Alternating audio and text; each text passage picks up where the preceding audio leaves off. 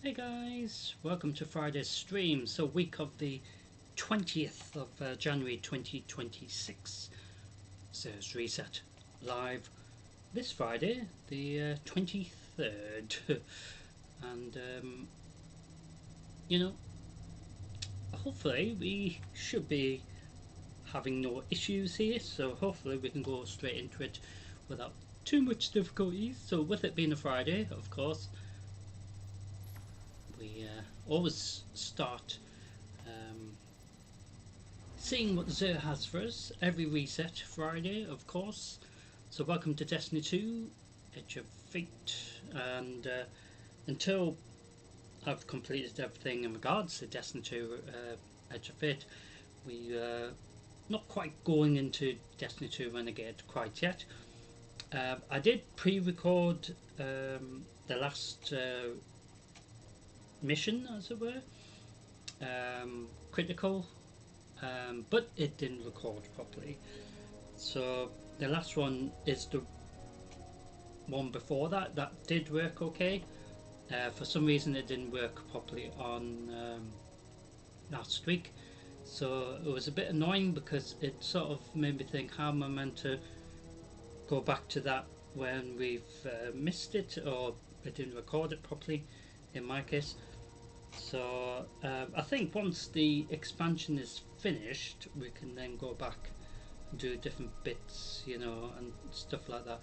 But it is a bit of annoying because I wanted to share each part of the storyline, as I always do, not just in Destiny, but of course other games as well. And of course, last weekend there wasn't any chance, sadly, for us to go live, even though I did originally plan.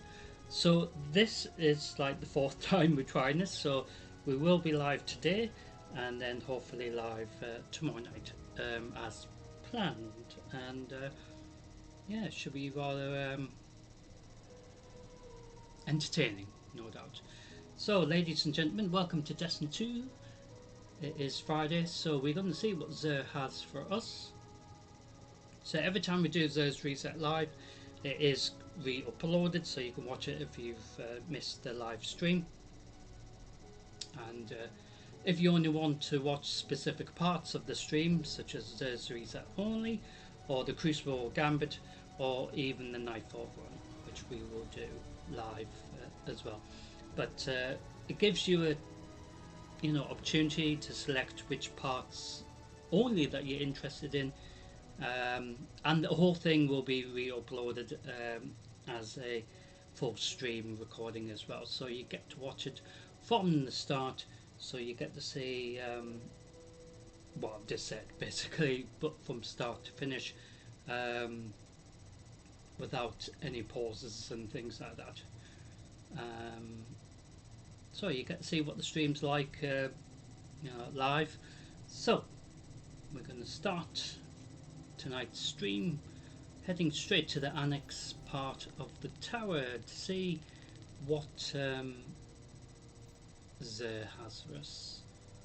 So we're going to click on the world tab, click on tower, and click on the annex side of the tower. So Zer is here. So I do hope everyone's had a decent week. The weather, compared to last week, is, I would say, crap. As simple as that. But at least it isn't icy or anything like that. But other than that, it's just a bit naff, really. Drizzle here, drizzle there. Temperature's still about 8 degrees or so. But sometimes when the wind's out and about, as it were, it ruins it and makes it feel much colder than it is. But overall, for this time of year, it isn't too bad. Even though I said it was a bit naff, but it's sort of naff, but could be worse, couldn't it, ladies and gentlemen? So we're here at the annex part of the tower. So we're going to go to where Zer is.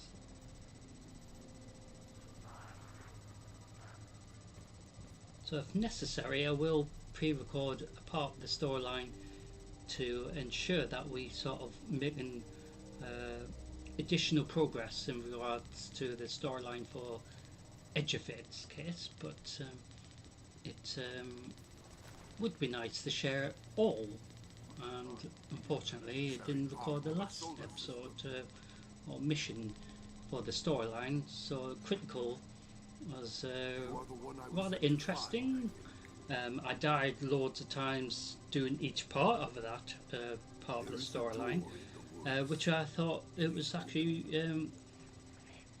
recording properly, but never mind. So it actually was a bit weird because it wasn't recording, even though it was using system, memory and all that sort of thing to do big processes, as in, for example, needing a lot of memory to do, recording in, high resolution and all that sort of thing, and audio as well. So you would think it was actually recording. So I will record the next part of the storyline, and maybe that will be it for that. Once we done that, we should be able to get a sort of indication when Edge of Fate ends, and then we can get started with Renegade stuff. But that's why I always mention, Edge of Fate until we've officially finished Edge of Fate. But as in with my character, but yeah, I've got still tons of stuff, and it isn't a rush thing. But like I said, if necessary, I will pre-record additional parts of the storyline as it should record properly. So then you get to see it as well. So as if it was like a live stream, but so it'll be like a pre-record of a reset, like I did for the week. And like I said, it was a bit unfortunate that it didn't work properly for the previous week, so it sort of ruined it in a way, because we did a lot that Tuesday. We did that critical mission, which I was on about, as well as doing some Crucible and Gambit, so you got this miss all of that as well as the live Nightfall run, or pre-recording on that occasion. And I will say that Nightfall for that recording that didn't work properly was a Nightfall that we have done numerous times, so it isn't too much of a disappointment that Nightfall didn't work. The main thing is the mission didn't work, and a bit of a pain, but we will see if we can get back that mission that we've missed out showing or sharing with you all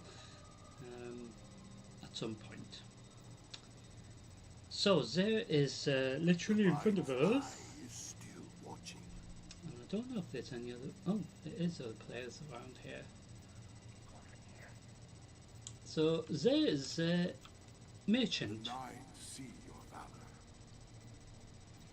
He's an interesting character, isn't he? He's got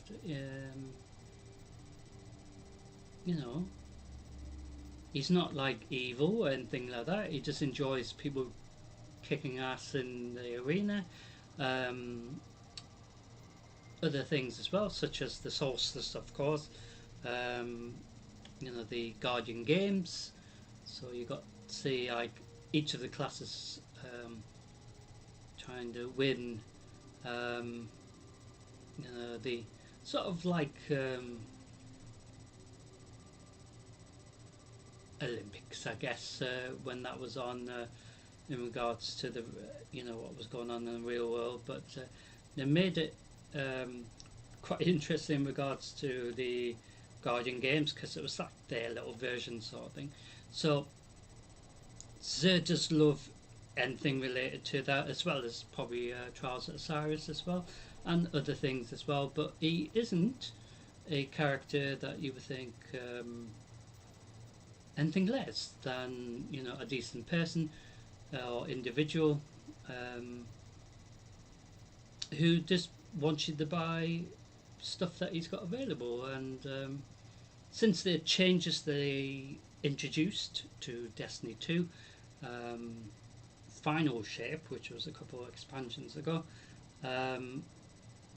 and even before that, from the Witch Queen and Beyond Light, they were starting to make changes, indication to changes that they were going to introduce further down, because they really needed to do changes in regards to, for example, Zeus Reset, because it was basically the same for the entire, from one expansion to another, and there wasn't much change other than occasionally gear was going to be a bit different that was available. Sometimes it was the same bit of gear for each of the classes each week, and that just made it really funny.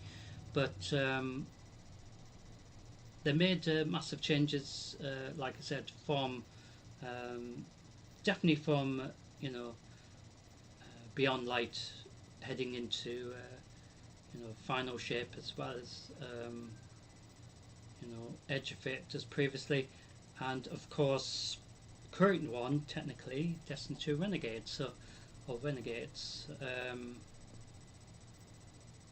So each of the classes now have at least 2 bits of gear, hopefully different pieces of gear for each of the classes, but sometimes it is 2 maybe helmets for the same class, but that's still 2 technically bits of gear, you know, for that class. So you got the Hunters, Titans, and the Warlocks, of course. So usually it kicks off with the Hunters, of course, kicking off their gear. So the Hunters this week have gauntlets. So the changes that also introduced is the way you can customize your Hunter's gear or Titan's gear or even the Warlock's gear. So whether it's you know, gauntlets, helmet, chest armor, leg armor, the mark, they've made a massive overhaul of how you can customize it. So before we didn't have that much customization choice or mechanics and things like that, which, you know, I kept saying previously they need to do this so, you know, players can feel more, you know, part of Destiny 2, you know, by being able to customize their, you know, characters' bit of gear a bit more, just like what they do in, you know, World of Warcraft, where you can customize your gear as much as it will let you, and all that sort of thing. So you can make your character, you know, a certain style, and then change the color scheme. So this is the things that they should have introduced better from Shadowkeep, I think, because even before, after that, it was still okay, but I was wishing it would be a bit more, you know, allowing players to customize it as much as they want, to make their characters' color scheme, for example, more unique to their, you know, what they want. Because sometimes you go into a instance and everyone's got the same maybe appearance,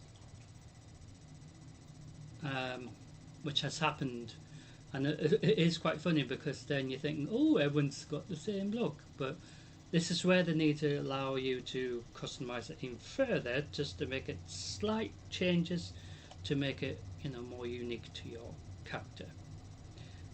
So in regards to the Hunter's gauntlets, so we do have 2 bits of options, or 2 customization options. Those of you who are a main character of a hunter will probably have tons of options to go through. So once you've selected the one that you want out of the choices, you could then think about changing the colour scheme to try to make it look cool. So the other one, see what I mean? So you can customize it as much as it will let you.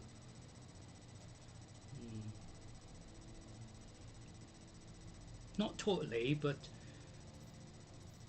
then that makes you think you might have to, you know, look carefully at the gear and see if there's a specific color scheme or shader, as it's also known as, that will sort of match it better than, you know, the default appearance or color scheme. Because sometimes the color scheme default is sort of difficult to sort of change the color scheme to make it look better, because for example, like the default, so certain parts of the armor might not change color as much as you think it would, rather than hoping that the actual color scheme will actually hide it. But different armor, certain parts are still visible as something different, which is a bit of a shame. But bear in mind, each of the armor that's available for Zer's reset is from a different season, different event, different expansion. So you got all that problem as well, because a lot of it goes back to the beginning of Destiny 2 as well. So they didn't have the sort of customization options for that bit of gear. So there is certain gear that, even though it's more newer exotic tier level, you won't be able to upgrade it or make it look as cool as you want for specific gear, which is a bit of a shame. But like I said, there's so much gear. There's weapons as well that you have to bear in mind with that same problem as well. But yeah, so I mean, the default's still cool, but then I would change the color scheme to one of these new ones that I picked up, and it, you know, makes it look cool. Sort of makes it look more like sort of Vex sort of thing, you know, in regards to when we sometimes doing the Nightfall, dealing with the, you know, the Vex problems, tend to go back into the, you know, the Vex sort of look. Well, their sort of technology, so they made an appearance that looks sort of similar to the Vex, and it's quite cool actually, and it blends quite well actually. So, so as always, you can add major mods, 3 major mods alongside a minor mod. So depending which, I think usually gauntlets are more for regen for maybe your grenade or your melee regen, or specific you know, damage mod as well. So all of them are here. So you've got arc, solar, stasis, strand, and void, and harmonic as well. So since changes, they allow you to still upgrade the exotic bit of armor or even weapons to at least a level 5. Some bits of gear can still be upgraded to a 10, but that's because of the old leveling system for that bit of gear, and that's from what, absolutely ages ago. So they wouldn't have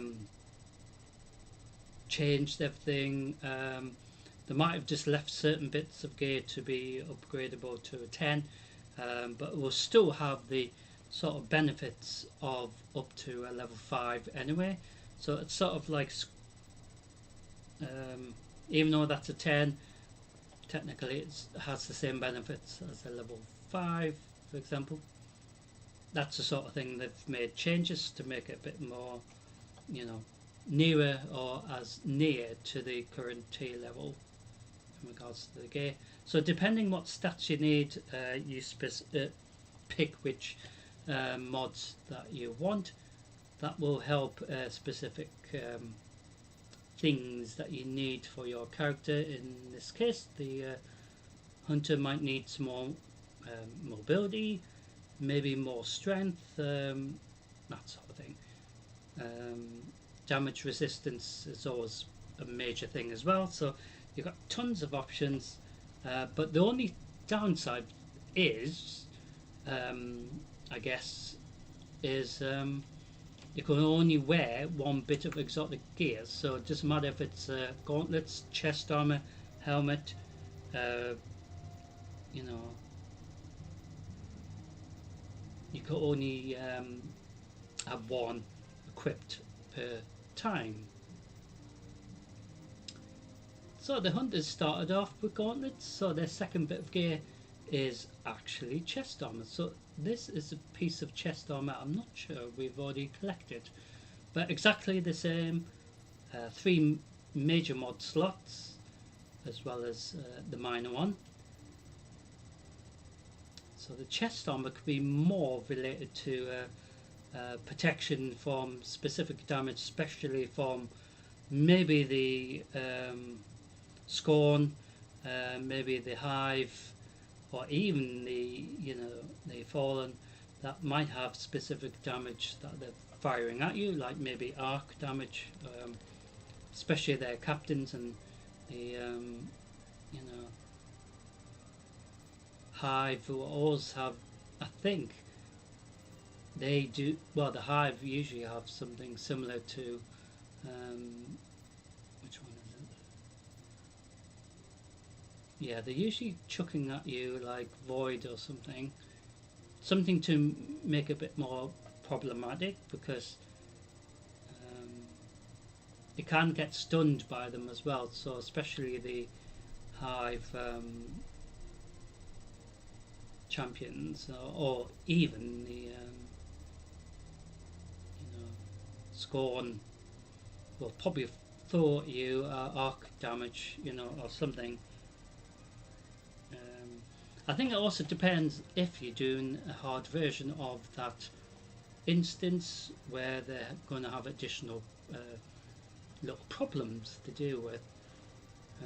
So even if you went with the arc and one of your other fire team members had the other resistance, they can potentially help you defend yourself from the other damages, if they, I guess, have other things that can help you as a group, with you doing a group activity. But you've got tons of things that see which one will work best. So like I said, the chest armor is more related to protecting your character, but it does have the opposite side where it can actually help you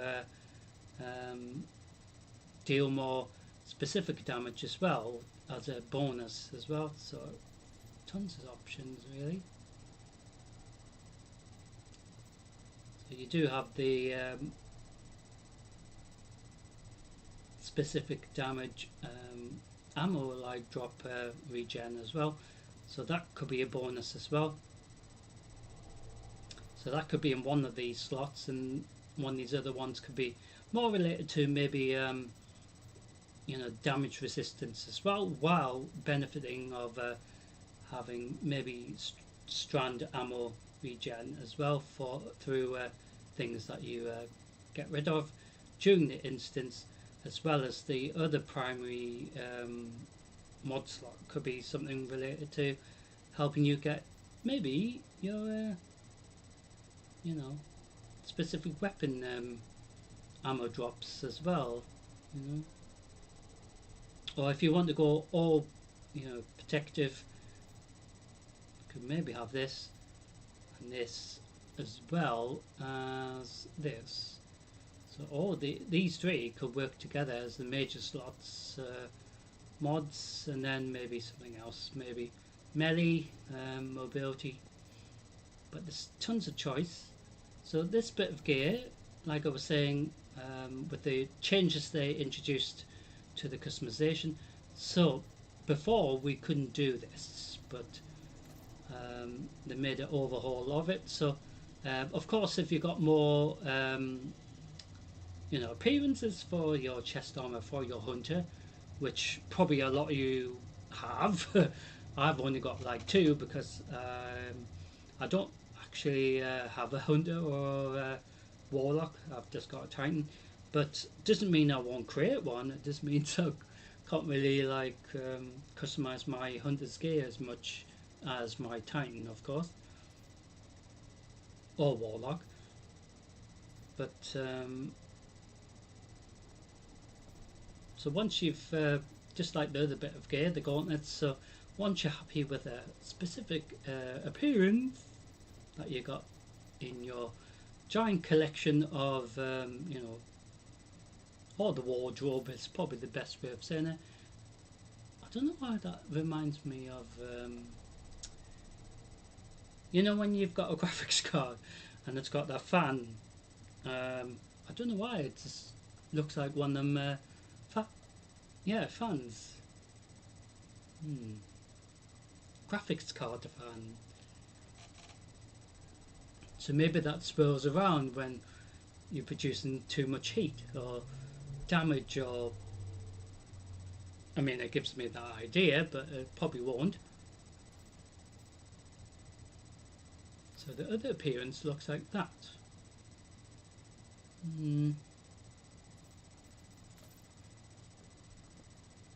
So you do have options, in regards to choosing what colour scheme you want, of course, but sometimes not all the armour has changed to make it blend together well, where this one has, as well as the ones that we went through. Even this one looks okay, but it's just part of the back. There's see, that looks different to the front, doesn't it, in regards to blending with the colour scheme, I feel. So if we pick that one, see, that looks better, doesn't it? Slightly. And then we had this other one that we picked. So see what I mean? It looks better that way than picking the orange, doesn't it? I mean, the orange is cool, but just potentially different colours look better, or different colour scheme shaders, for example, because each of these looks slightly different on the armour or weaponry. So if we pick this one, see, that actually looks alright, doesn't it? Sort of blends in well. And then it's back to being a bit awkward.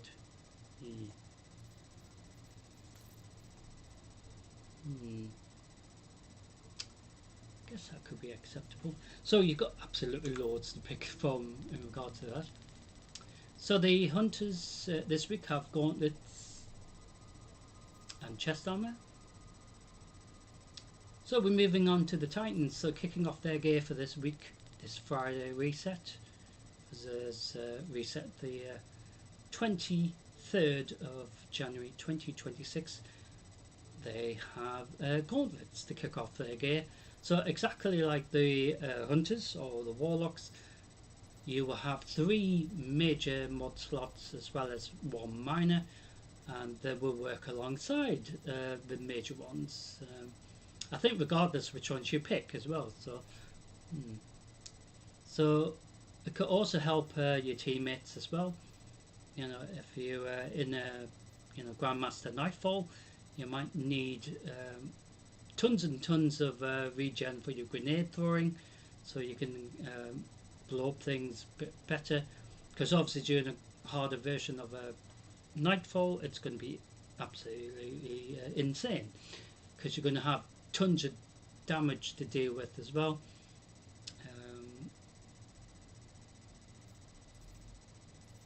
Tons of choices. So I think, like I said, the best way is to test things out and see which loadout looks or works best. So as always, you can level it to a level 5. And also, I was going to mention about the infuse. So if you've got 2 of the same bit of gear, one's higher level than the other, but you want to keep the stats of the high version and the lower, you can just merge them together, and keeps the stats that you want to keep. And instead of using other resources, it uses usually now glimmer, and occasionally enhancement core as well. So this Titan bit of gear is a great example of what I was saying in regards to the hunters before. So the gauntlets for the Titans, exactly the same as the hunters and the warlocks. In my Titans case, we have multiple more options to go through in regards to appearances. For my shoulder armor, for example, or gauntlets as also known as. So we can pick maybe this one, or whichever one really. So we can pick whichever one we are happy with, and then obviously change the colour scheme.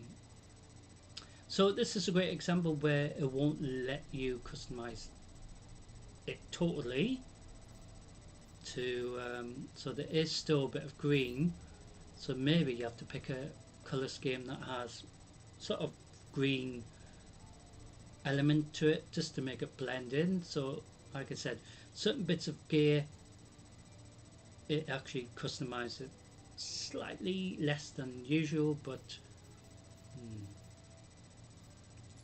so if we pick this one, does it let us change it a bit better? Nope. See what I mean?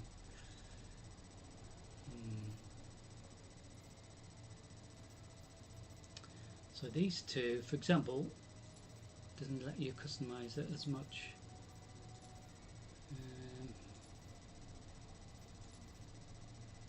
Just going through them all, just to give you an idea.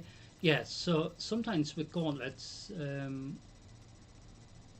won't let you customize it totally. Apart from if you pick specific shaders, which is interesting. Just one of them weird things. So that one works a bit better, but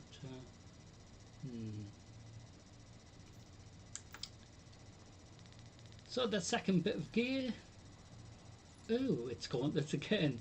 So this is, you know, like a rare occasion where it's you know, 2 bits of gear identical for the same class for the reset week. So exactly the same, picking, you know, specific major mods that will work for the situation your team is going in, or yourself if you're doing a lot of things solo. But exactly the same for the other gauntlets that we went through. Exactly the same.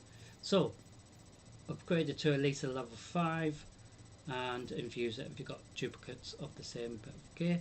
And I'm trying to remember if we've already got this bit of gear. This might be a bit of gear, I'm not sure if I've got it in my collection.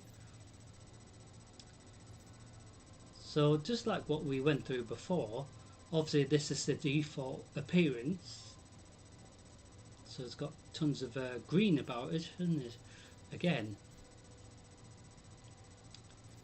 So even though the default was that all green, it does allow you to slightly change its appearance without getting sort of drawn into tons of green, you know, in this case again.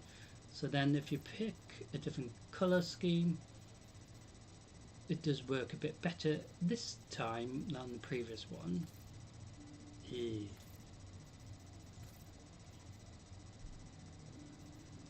But if you're wanting all green, at least a hint of green is probably a good way.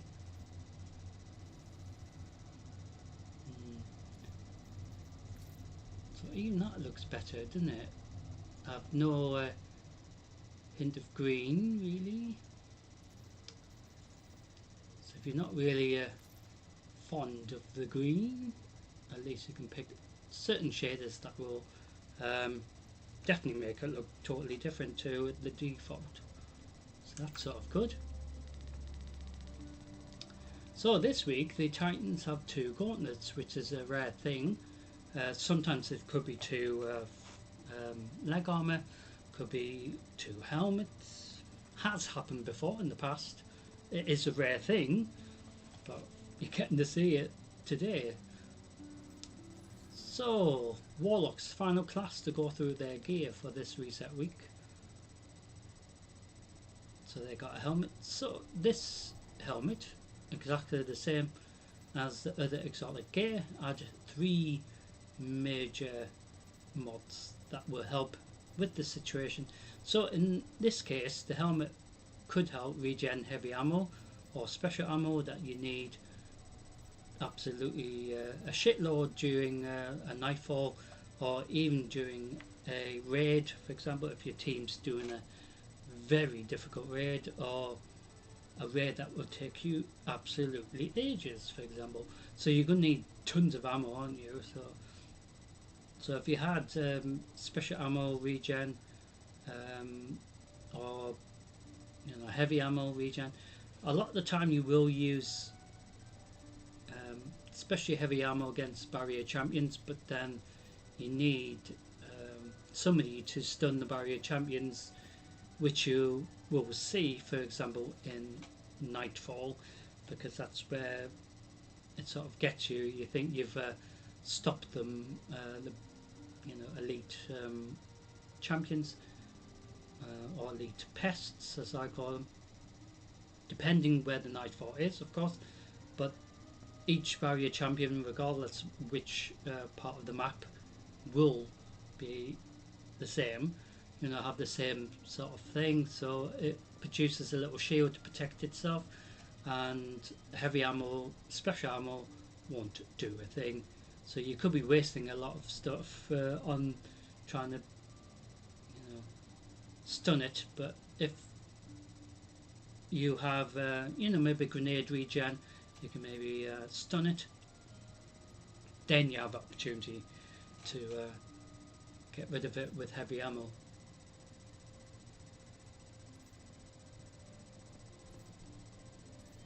Like I said, you can choose specific ones, but maybe it's best to maybe have a mixture of heavy and special ammo drop regen for the major ones, and then the minor ones could be still regen for your grenades, so it still gives you that opportunity and slight bit of a regen for your grenade while you're killing stuff with your teammates. So exactly the same, level it to a level 5 and merge it together with additional one that you've got in your inventory or the vault. That's for example, if this was higher level than the one you got in the vault and you're happy with merging it together, that's where you will infuse it. So just like the hunters gear, sometimes I've only got a certain amount of appearances to give you guys a sort of a demonstration of what we can do customizing it. So in regards to the Warlock helmet, so once you pick the helmet that you're happy with,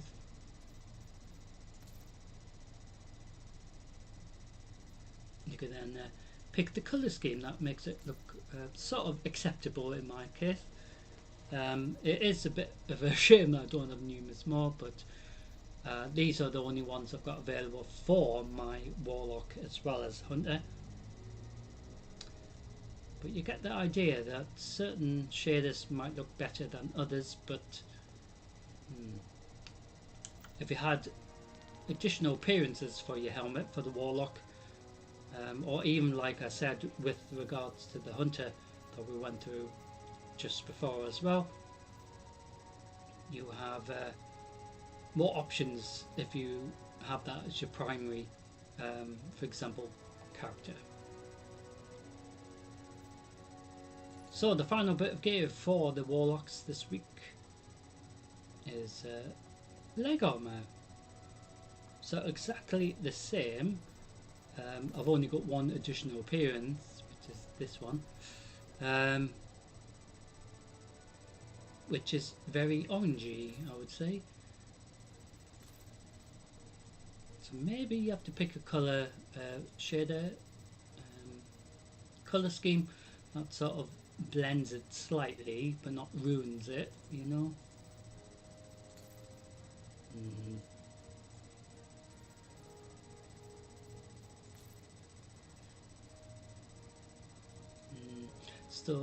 So it's still got the annoying orangey bit on the kneecaps. So even though we change it to this,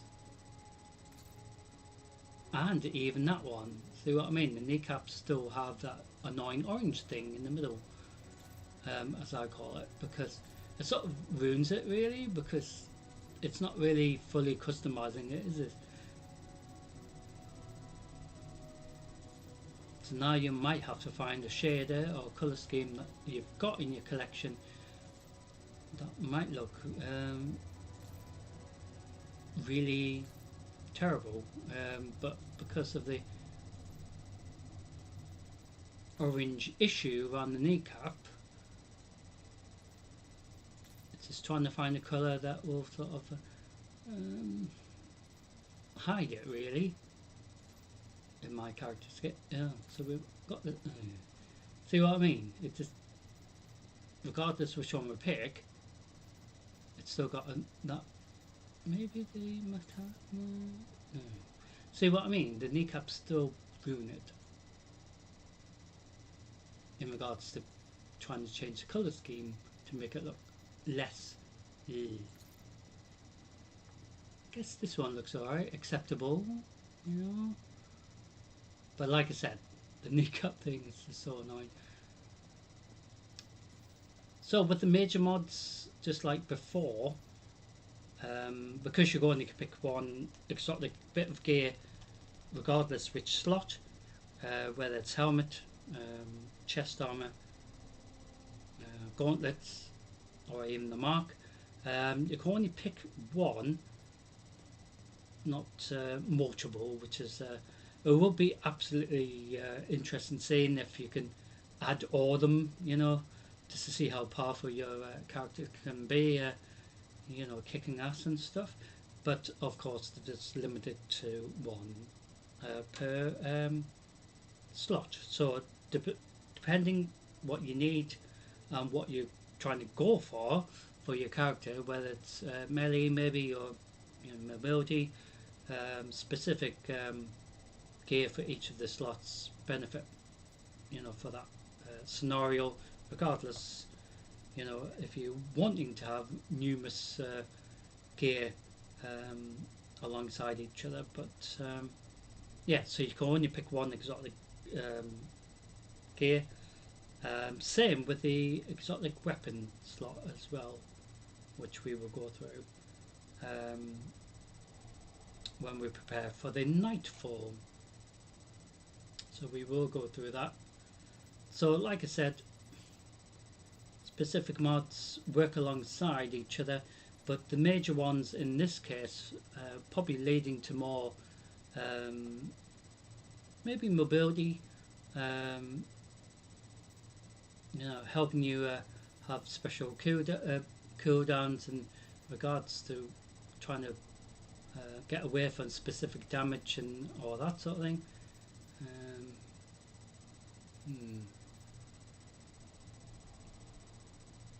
So specific weapon, you know, charge as well. So that helps your team as well.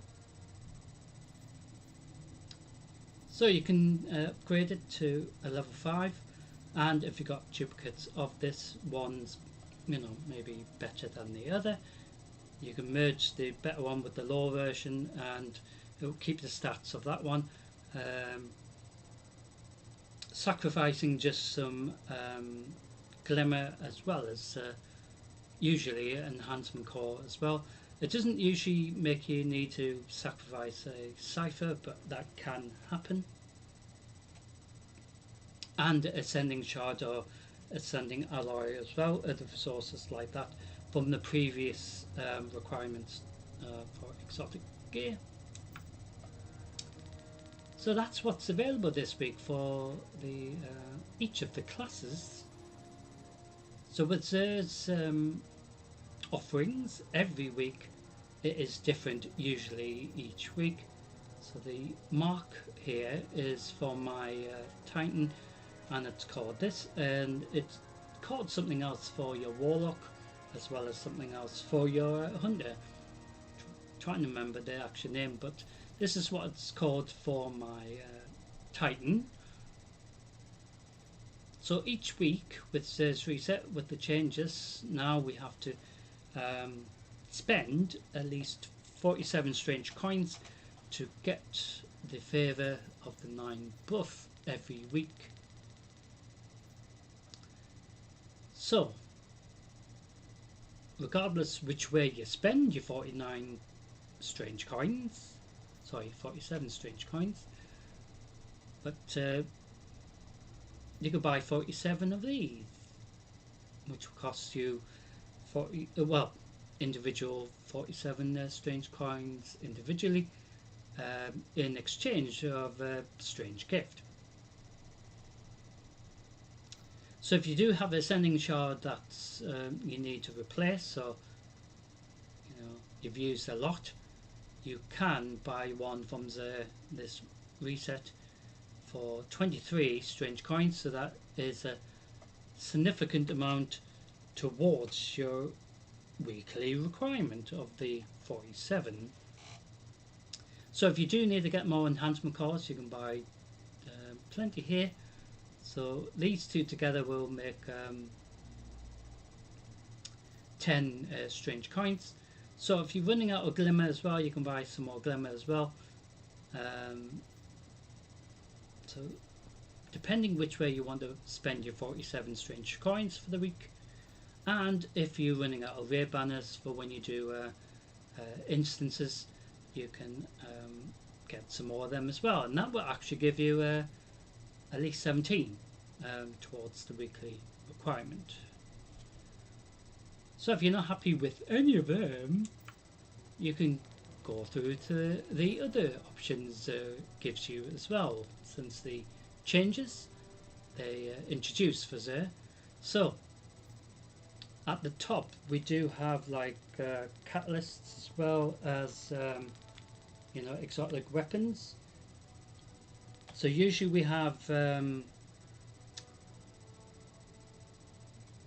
legendary weapons as well as ammo or armor, but they've changed that, so now you only get exotic gear and legendary weapons, which we'll go through in a second. So the exotic engram individually is 19 strange coins. The individual exotic weapons individually will cost you 23 per one. So that's more than enough, isn't it? Even if you buy 2. And if you need the catalysts, so this week we have the Rock King catalyst as well as the Deathbringer catalyst as well.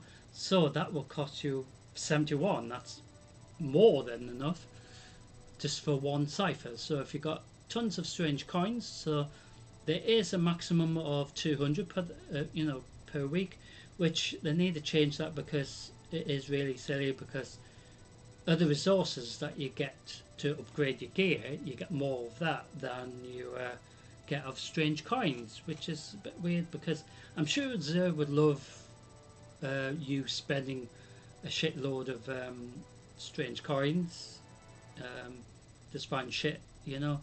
He won't mind, you know. But like I said, the legendary weapons individually, as well as the engram. So the engram will cost you 7 for the legendary weapon engram. Or in this case, it's called strange weapon engram. So the legendary weapons individually will cost you 17 per one. So depending if you need specific heavy weapon or even a special ammo slot as well. So they've only got a sniper rifle for the special, but they do have rocket launcher as well as 2 machine guns. Well, technically 2 machine guns, but one is a arc machine gun, but you do have an arc heavy linear fusion rifle, which is still a heavy weapon slot as well. So the exotic weapons that are available, so they always seem to keep the Hawkman hand cannon as the #1 available, and it's usually the ones after that, the 3 after, is sometimes totally different. So they have the Huckleberry submachine gun, the wave splitter, the trace rifle, and the colony grenade launcher for those who need a heavy slot of heavy, well, exotic heavy slot. So you do have obviously the special slot and 2 primary slots, but like I said, you can only pick 1 exotic gear or weapon in this case, as well as 1 exotic armor, you know, depending which slot you're going to pick. So so how we're going to spend our 47 this week? He's probably wondering what we're doing. So we're going to spend our 47 by doing it simple. So we need some more enhancement cores. The 9 meant for you to have that. So we spent 10 already. So we're going to buy some more glimmer because we ran out of glimmer last time. It was the 9's. Now it is yours. So we spent 28 now. So we buy these. If the 9 wanted this, so we've still got a little bit to buy. So what we can do is go to the other option that he has available. So we can buy one of these, or we can buy an engram. So we can buy this one. So you get to see what I mean. So this is shaded out because obviously I haven't got enough room in regards to my inventory for that specific weapon. So we already have this weapon, you know, high level compared to this. So we can just get rid of that. So it gives us some glimmer in exchange, but we still spent our 47, well, towards our 47. So we spent 46, so we just got 1 more. So we just buy this. So it gave us some enhancement cores. So as simple as that for the favour of the 9 buff every week. So if you do need a cipher, so if you do have plenty of ciphers to, well, you can only get 5, but this is where they need to make changes here, because like I was saying, with the strange coins, so I've still got a fair little bit left, but compared to the other resources you can get, such as the enhancement cores, I've got nearly like thousands of the enhancement cores compared to this, you know what I mean? And the rare banners could be higher than that as well, so it's a bit weird. So the ciphers is the same. The ascending alloy, which goes alongside with the ascending shard upgrading stuff, as well as the cipher as well. So you can only get 5 ciphers. So if you need another cipher, like I said, you can get another one from Zer's offerings. Do the requirement. It isn't difficult or anything like that. It's just really straightforward. You just have to do probably about 4 crucible or something. As simple as that, really. That's what's good with little requirements like this. It's not like needs to take you like the whole week, but it is up to you. You do have until you complete it, to do it. So that's a good thing. It didn't say you have like 2 days to complete it, but that's what's good. It's not like you have to complete it all at once, so that's good. So this is what Zer has for us for this Friday, the 23rd of January 2026. So week of the 20th of January 2026. So Zer's Reset live stream, the 23rd of January 2026. So this is what he has available. And just before we say thank you to Zer, in regards to the mark, like I was saying, so it's called this for my Titan. So the mark is here. So it's called, well, I have specific other ones that do the same thing. So the mark helps you have specific buffs as well, So that does the same thing.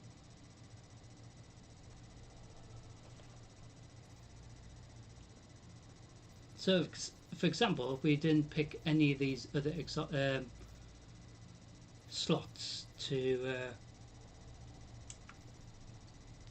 have the exotic slot, this could replace it, but then we need to upgrade it to the current tier level or gear level, so we will lose stats, power stats. So that is the base level 4 Renegade, really, which is base level 300. So the previous tier level was 200, then before that was 100, and then before that was something else, but I think it was like 10 or something. But they keep changing things, but this is what things are like now. More simplified now, I guess. Easiest way to say it. So, I do hope you enjoyed Zer's Reset. So like I was saying at the beginning of the stream, each part of the stream will be split up in separate parts. So just this part, as well as the Crucible and Gambit, as well as the live Nightfall round as well. Separate individual parts if you're only just interested in that. Exactly the same as the pre-recording I did a couple of weeks ago, which did work quite well.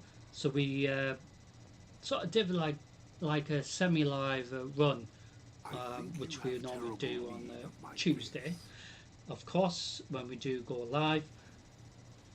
I return to So the tower to find it empty. we say thank you to Zer, head to the main courtyard.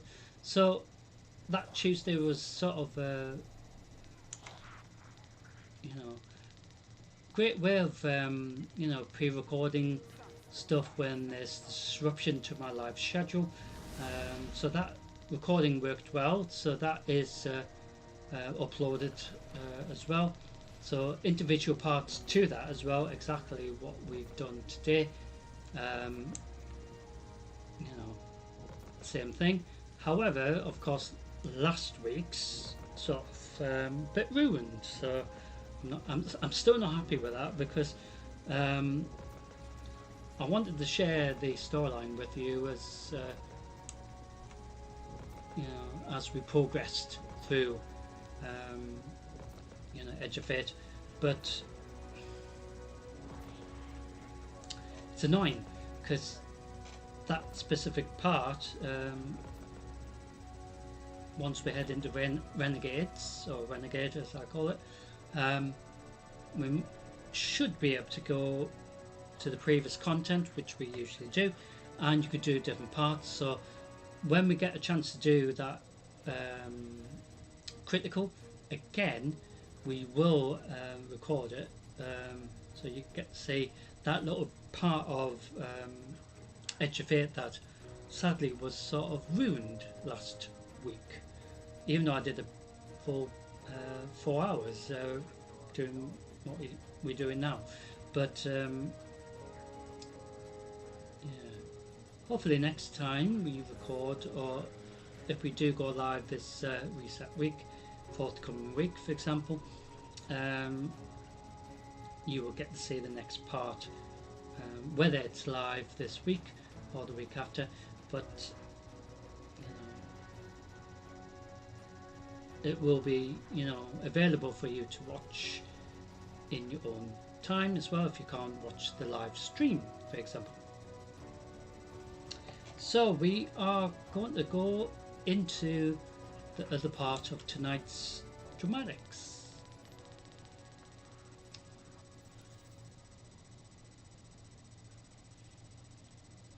So like I was saying, with the current expansion, Destiny 2 Renegade, or Renegades, so we are here. So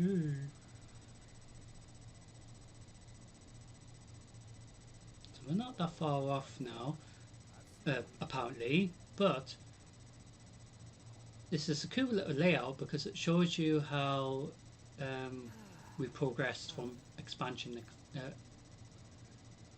So final shape was before, and then of course now Edge of Fate, and then Renegades of course.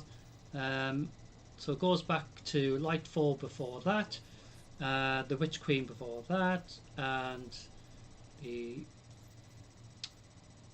interesting thing, 30th anniversary thing as well, which was really cool, which I think we can still do stuff. So as you can see, it goes all the way back to the Forsaken campaign, but I think it should have gone before that as well, but Shadowkeep before that,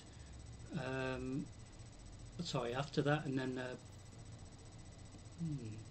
us helping the Traveller, and then of course Beyond Light. So there's tons of expansions, isn't there? But like I said, it just shows you how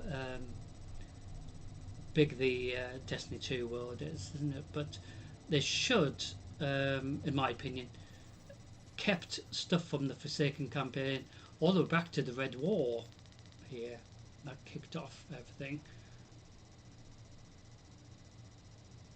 So this is where it began, Destiny Calls. Interesting, isn't it? So the changes that they introduce in regards to Renegades, from I guess final shape, where it looked a bit more clearer in regards to the Crucible tabs and things like that. So they made massive overhaul in regards to the activities you can do, not just as a single player, little fire team, arena, ultimate pinnacle stuff, or if you're just interested in doing Crucible, which is still fair enough. So each week you try to get, you used to have to get at least 5,000, at least 10,000 XP per week or something, which used to be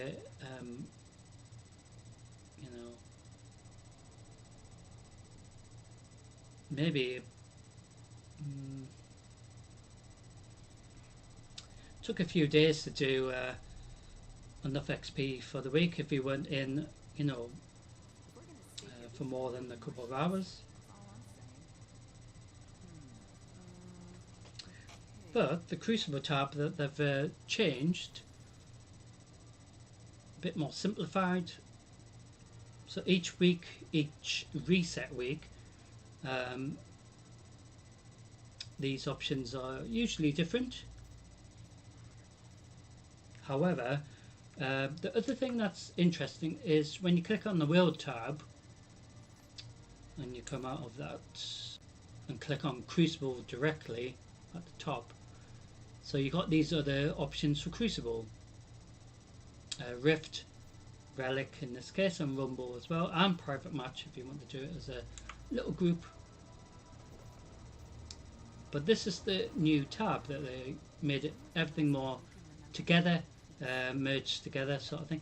But when you click on this Crucible, the other options like Rift and things that you saw before isn't available, which is a bit weird because it's still Crucible, but you're having to go separately to click on it, which I'm sure they would change that, just to make it. It could be the fact they're testing it just to see which way it looks better. So we used to have to do tons of little bounties each week for each of the characters, and it took forever really, but it did help towards the XP, which still helped. But you can spend a week trying to do the XP or requirement for specific characters. So they made it a bit more simplified, so it's not necessarily a must, but it will help you towards the little mini season rewards, which each week usually goes up to a level 20, and you get additional bonuses. So they've made it a bit more simplified, haven't they, in regards to that. So this is like the little mini sub season stuff, but then you've still got the main season of Lawless in this case. So it has been going on for about just over 40 days, I believe. So there's still at least another month of the current season to enjoy.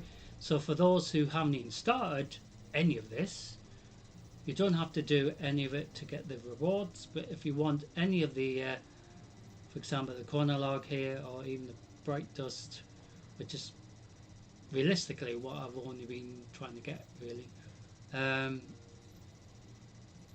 through that past month really, but you do get other rewards as well as some more strange coins, glimmer boosts towards your XP, other little things as well, and more ciphers as well, which I had to bin one of them just to pick up this cipher anyway. So this is where it's a bit weird, because you're having to bin stuff to reclaim it. Do you know what I mean?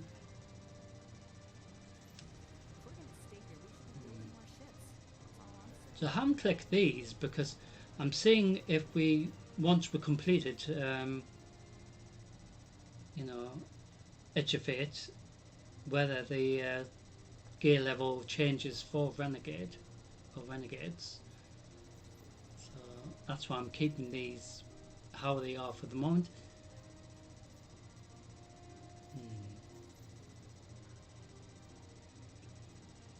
So usually if you get to 100 for the season, you're usually done.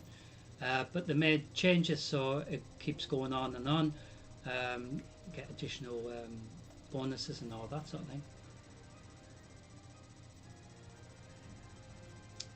But you don't necessarily get more rewards easily either, so it could take you absolutely ages to get to 110 for example. So this is another great example. Say we've got more ascending shards available for the rewards, but we've already maxed out, so we're going to have to bin 3 just to get these, for example. Just strange.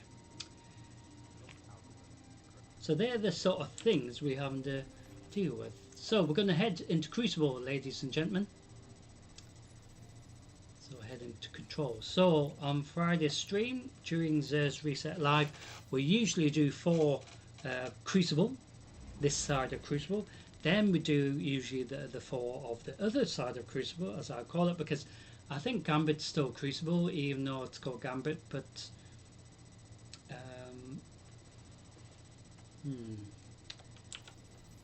so these specific little requirements, if we complete some of them, they help towards a little mini season event, not events, but little mini season like bounties, I guess is another way of saying it.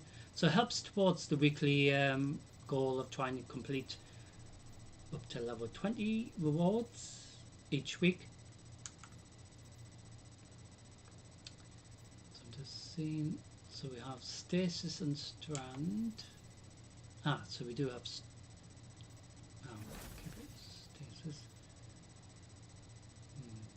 So Stasis is a cool new subclass.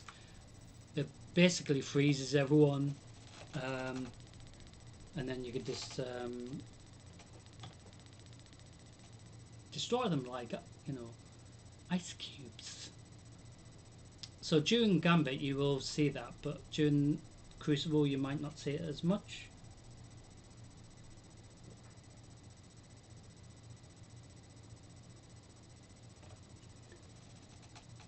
But you will see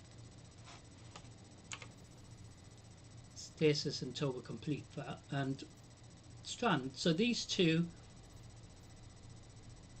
and the harmonic one here is quite cool, you know, new to the little list. So we've got all of these to pick. So you have the normal ones like Solar, Void, Arc, and then you picked you came across Stasis, and then during the Witch Queen we came across Strand, as well as harmonic towards final shape as well.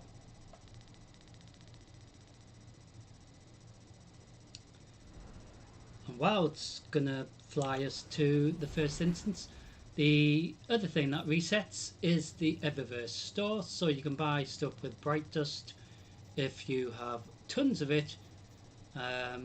If you have plenty of silver, you can buy tons of stuff. We'll go through this a bit later as well.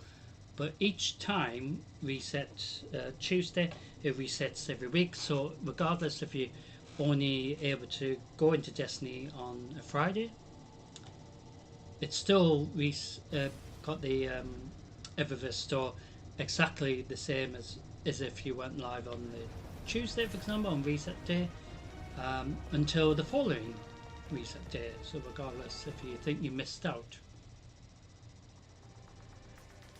So welcome to Crucible, ladies and gentlemen. I'm gonna die, lords, and this is where just I think it's rather torture. I think in my character's case. Capture and defend, Guardians.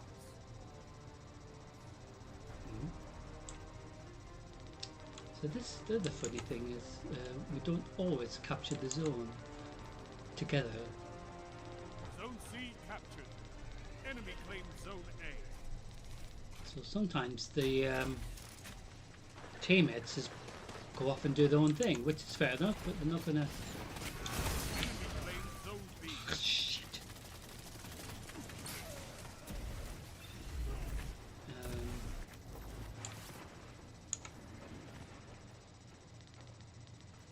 So with my stasis grenade, Zone A captured. You can have freeze them advantage. in place with the grenade.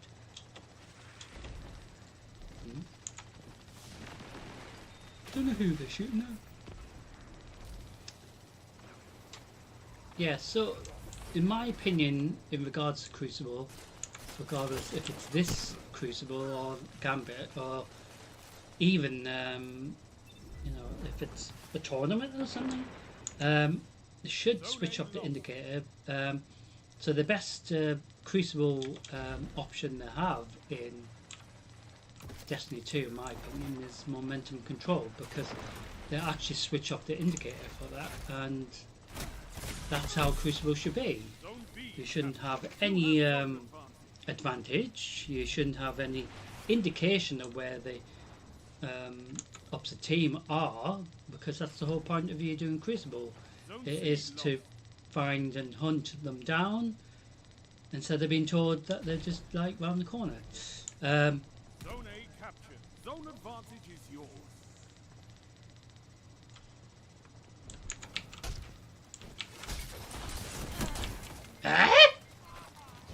Sure, punched you twice, but never mind.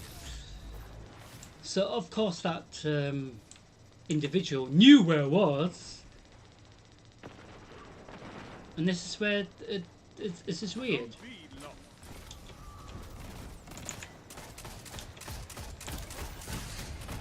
Zone C captured. Ooh, he's You have frozen, zone advantage. and then my teammate killed him. So see what I mean? Sometimes you have a cool grenade You captured Zone B. or You a have successful advantage. throw in my case, Zone C lost. which is a rare thing really, because I usually just fucking die anyway.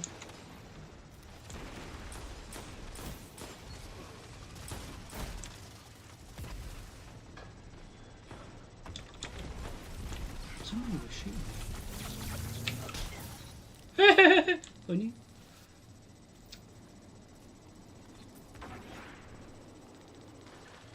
So I sort of knew where they were because obviously it tells you on the map, which that's not really Crucible then, is it? Guardian. Excellent. But when momentum controls on the rotation, we will do some of that, and you see what I mean. Zone A. You Again, have advantage. because I keep doing this, trying to explain it again and again, because I need to Zone C ensure lost. it's like that all the time, not just partial, you know. You captured Zone C. You have advantage. Because a lot of the players who probably are high ranked players in this are high ranked because they probably do that type of Crucible, Zone A or lost. this one, where it actually helps them. What? I don't understand what happened there, but they sort of get told where I am, Zone or C where lost. they are, Enemy has a or power. where your teammates are. So like that individual piece of crap who shot me, he knew where I was, so he was going to kill me anyway, but it's not the point when you know where they are. So that's basically what I'm saying. Zone C captured. Crucible You have zone advantage. shouldn't give you any indication where you are, regardless how good you are either.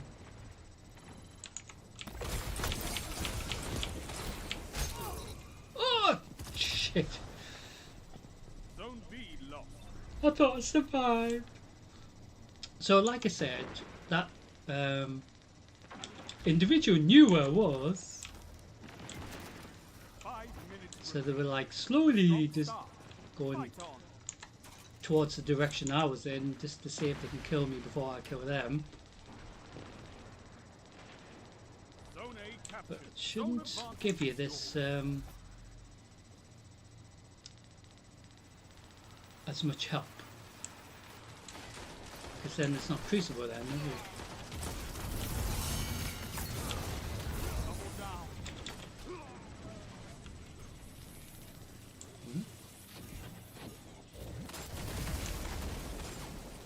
Zone C lost. Oh dear. So I'm going to have my stasis super, so you're going to see this, which is a rare thing to see during Captured control Zone B. actually. Zone advantage is yours. So you're going to get to see it.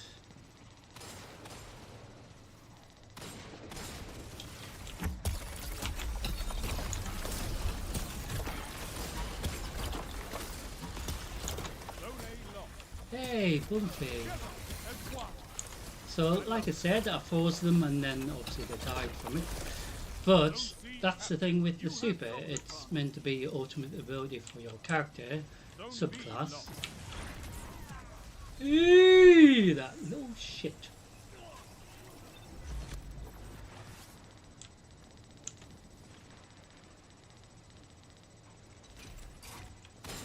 Zone A captured. That was really funny because he thought he had me. But my teammates supported me. I don't understand what we're running away from here. Zone A lost. Ah! 3 minutes. Hold strong, and this battle is yours.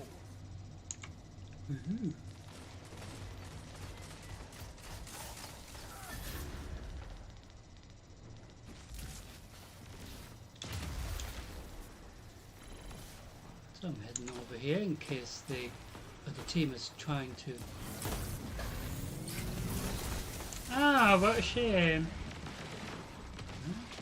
Zone advantage is yours. Somebody's dead on me.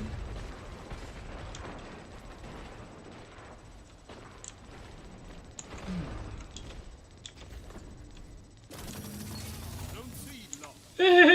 Funny. Zone A captured. So Zone that was advantage rather is funny yours. in a way. I wasn't anywhere near him. See, this is where sometimes some abilities don't make sense. Especially when they went near you. Zone B lost. Is it me or is Zone C Lord captured. Shaxx You really good at have losing advantage. things? One final push and victory. He'd be great in the is yours. supermarket, wouldn't he?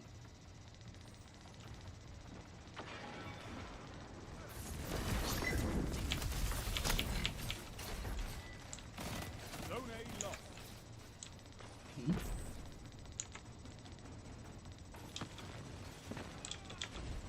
So we're gonna see if we can capture this zone again without getting murdered again. Zone C lost. Your enemy has a power play. Ah!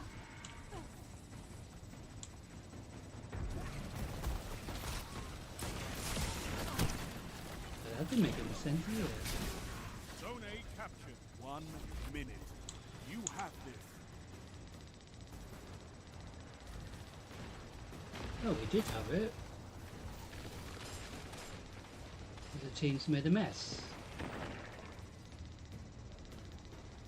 You're falling behind. You captured Zone C. Zone advantage is yours. As dramatic as it can be. 30 seconds. It's not over. You're Oh dear me. this time. How did we lose that? But, like I said, it's strange. No, not this time. Controlling those zones Eh? is the only path to victory. You can tell that people weren't actually doing their usual Guardian job, but so it was just strange that we lost that, even though we were, I would say, weren't really pressured until the last like 10 seconds.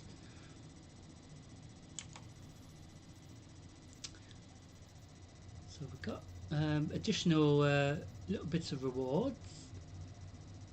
So what we can use the weapons or the rewards for is to upgrade bits of gear currently in our inventory or in the vault inventory.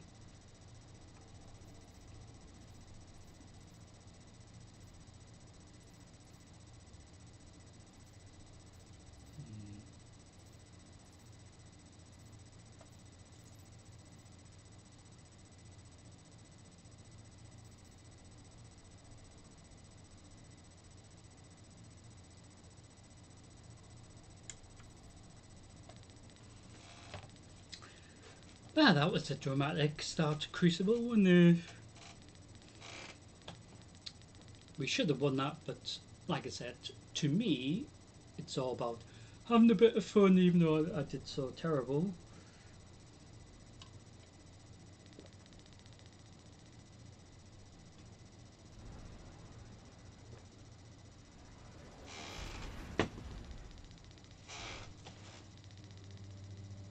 Sometimes that happens just at the last second as well.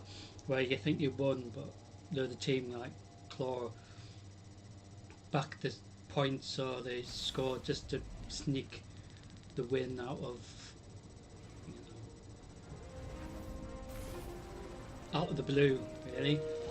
So Crucible number 2. So June says reset when we do Crucible. We usually do 4 of this side of Crucible and 4 of the other side of Crucible Gambit. But when special events are on, such as Mayhem or Supremacy, during, of course, the Christmas little event, and for example, as well as the Halloween little event, we had fun doing Crucible slightly different. Because the good thing is about them other options, we're not going to be behind Gambit's ranking system or behind any points or anything like that.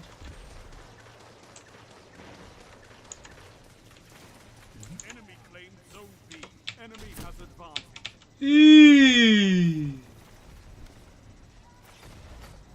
Little shit.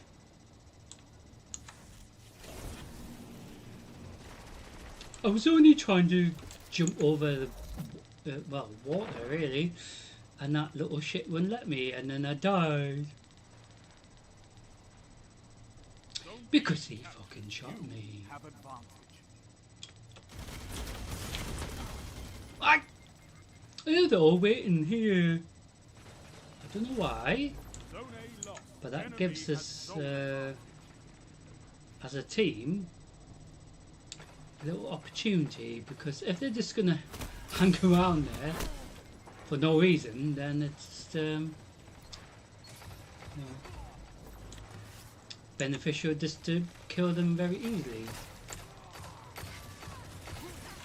What?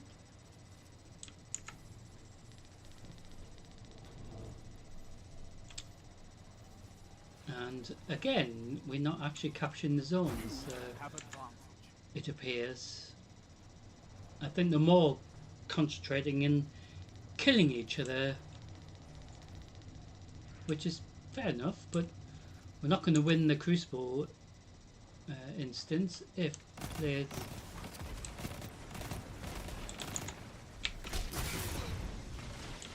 Zone B lost. Enemy has you know, if advantage. they're just going to just forget capturing the zone. So this You captured zone C. You have advantage.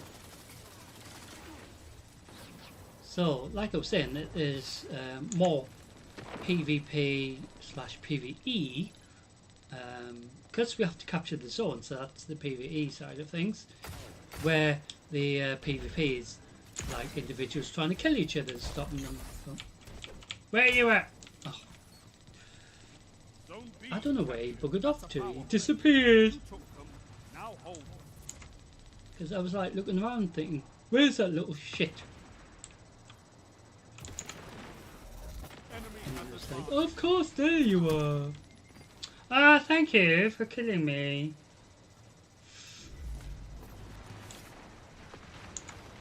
Such a lovely individual.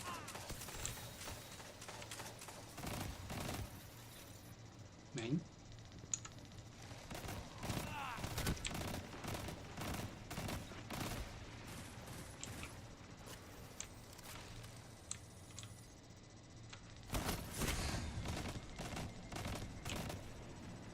Somebody kill it. Zone A captured. You have zone advantage. Somebody kill that bloody bugger. Has advantage. Ooh, some special ammo, but not heavy ammo. Heavy ammo is more fun. Ah, sorry.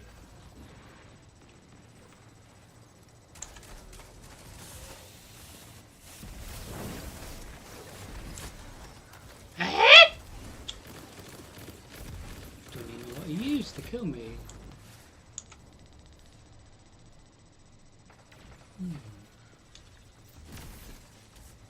The other fun thing is when heavy ammo spawns, it's sort of like a little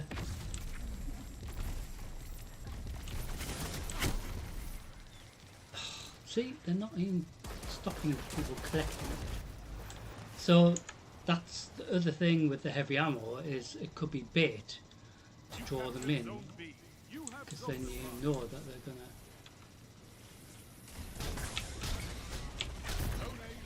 See what I mean?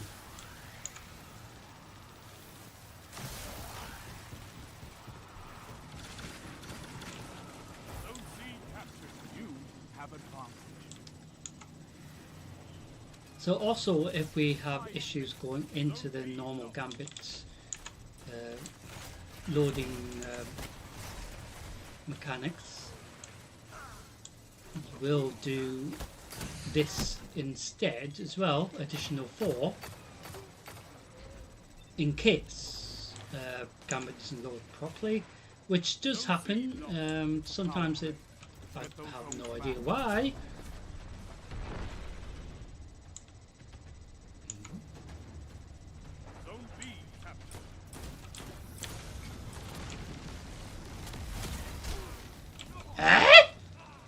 Ooh, sneaky little.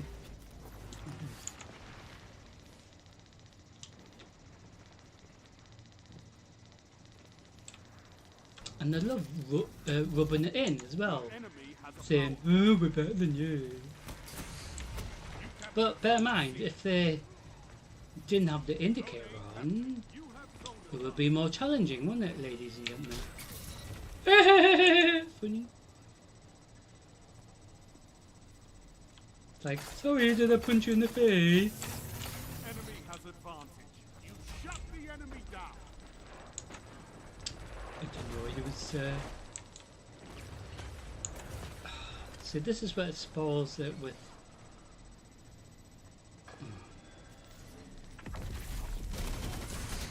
Ah! Zone B captured. You have zone advantage. Zone A lost. I think some of them are trying to get the heavy ammo. They've almost won. Oh, sorry, did I punch you in the face? And then they're bloody chasing me again. 3 minutes remaining. See what I mean? Seems very personal to me. You're beaten.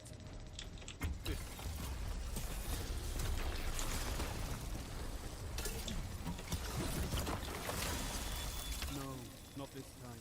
Controlling those zones is the only path to victory.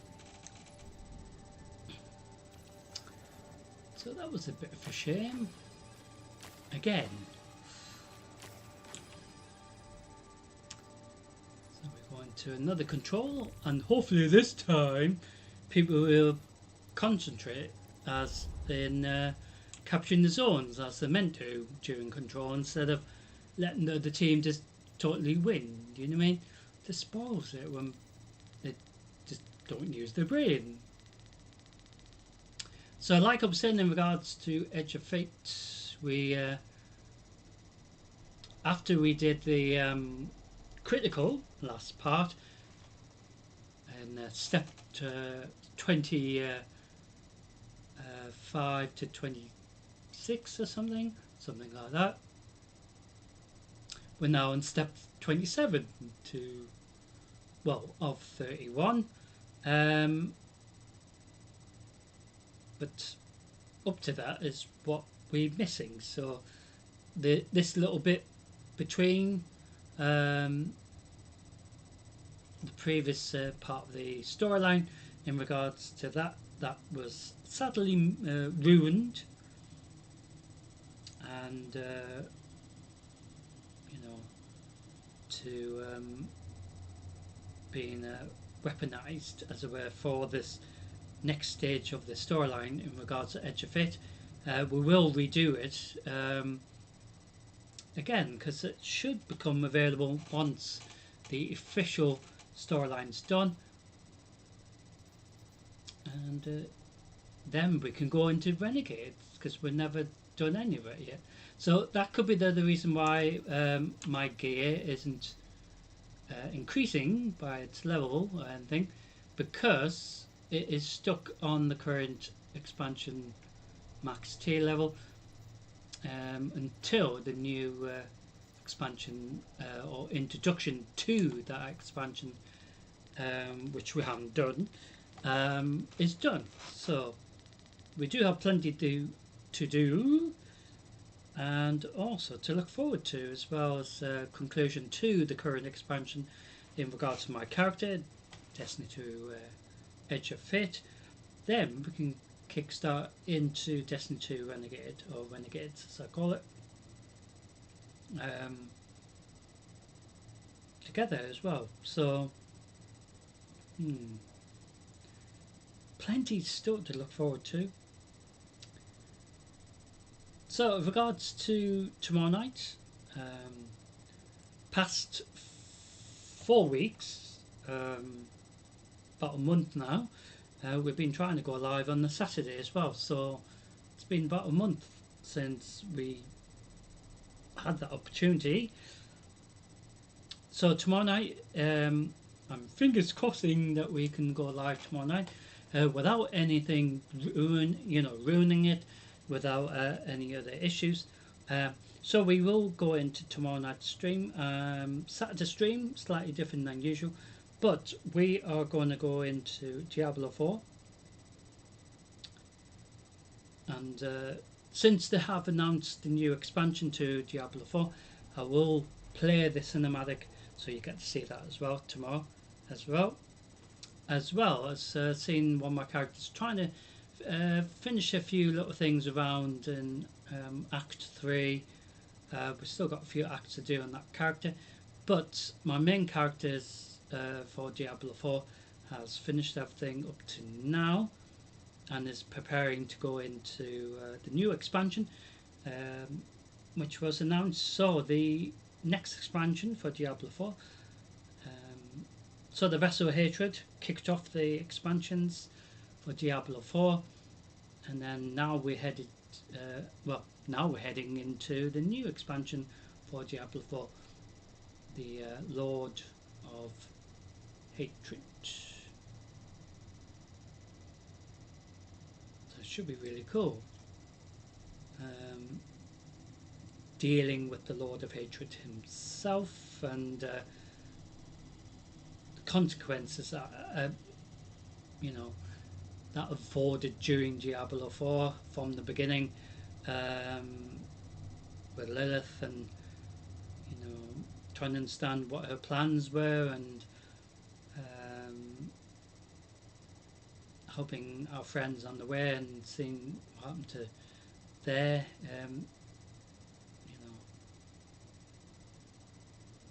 their characters. I mean, they always do a fantastic job in regards to the storyline for everything, in regards to even the previous Diablos, part of the Diablo series, but it just makes you think, it's just going to get worse, and with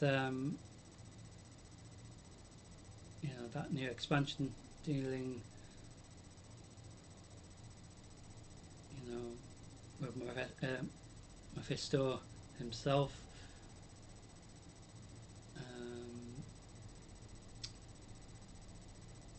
But it does make you wonder when or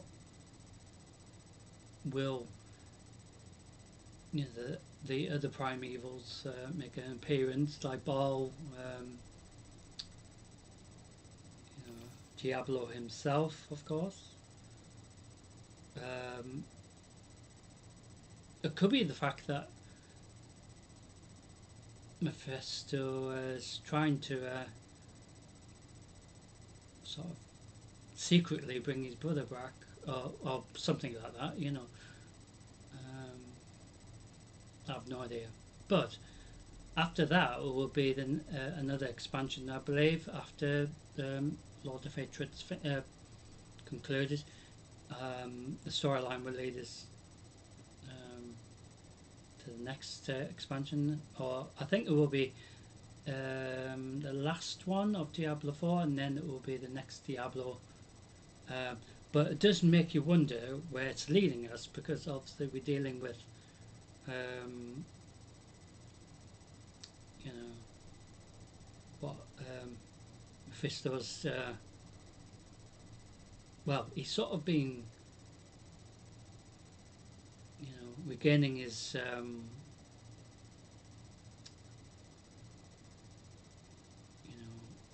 soul, his energy, his everything related to him in regards to how terrible he is in hell, hasn't he?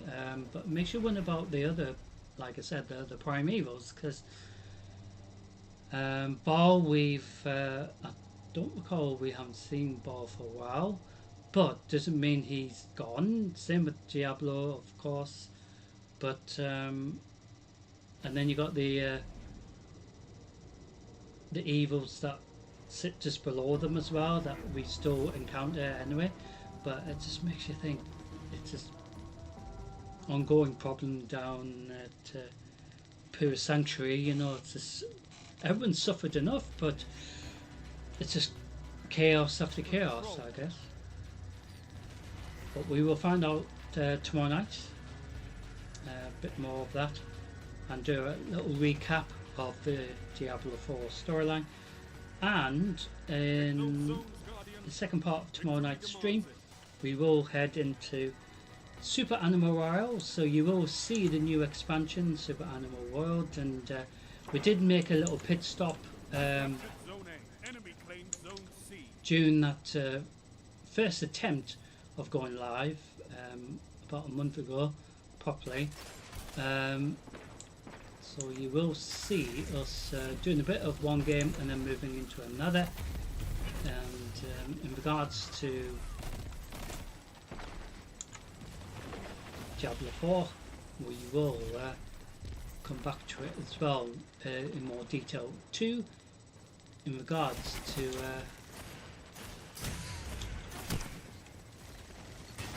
potentially in preparation for the Lord of Hatred expansion.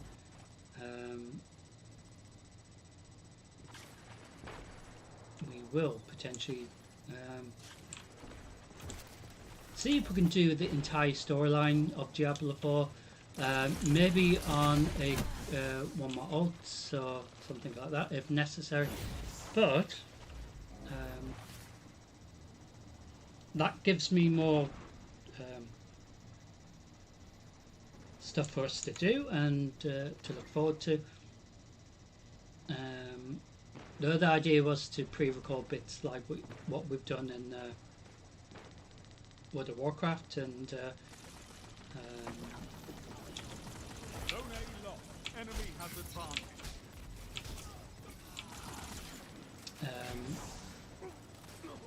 Game similar.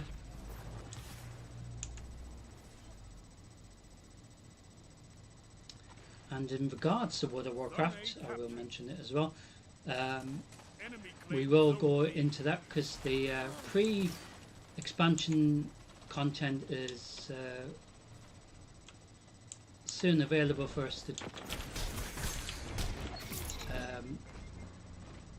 go into in preparation for World of Warcraft Midnight expansion. So the pre-launch stuff might be active or fully active when we next go into World of Warcraft. The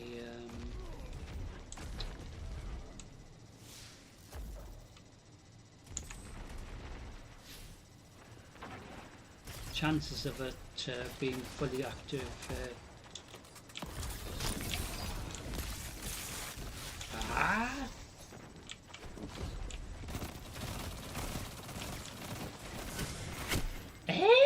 how did he survive that? Oh dear, this is going really terrible because our team's not even getting the zones. But suppose it really. It's a especially when I want us to have a bit of fun in regards to Crucible. But it's not really going fun at all, is it? It's going really terrible.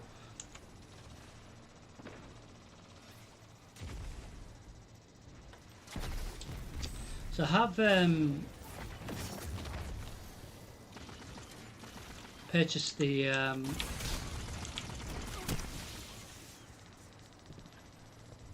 next expansion for World of Warcraft as well. So World of Warcraft Midnight.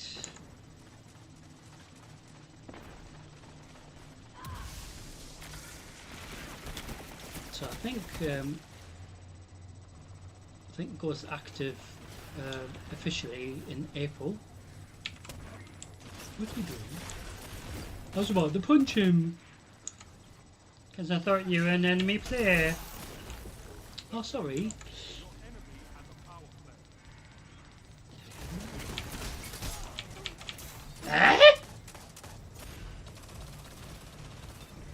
Ooh, this is going really terrible. So if they capture all the zones, they get a power play, and if they keep getting a power play, it ends the instance very, very quickly. The way this is going, it's going to end it very, very quickly. The way it's going, and it's just a bit of a shame, really, especially when we're queued for it as well. Players aren't.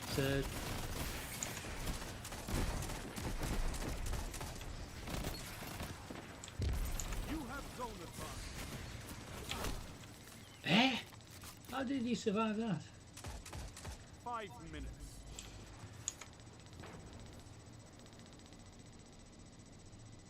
It is sometimes very hard to understand how they survive certain abilities, but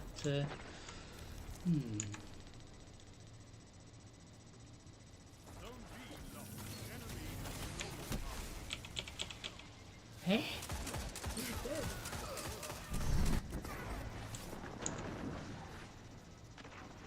Yes, last time we were live, we had a few little cheats again.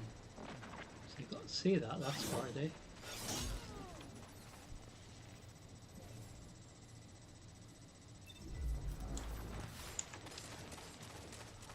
And it was funny because it wasn't like they weren't not hiding it either.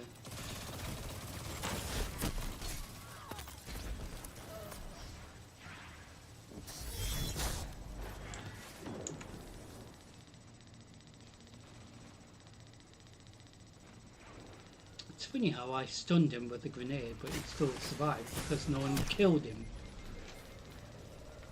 Like my teammates didn't want to kill him.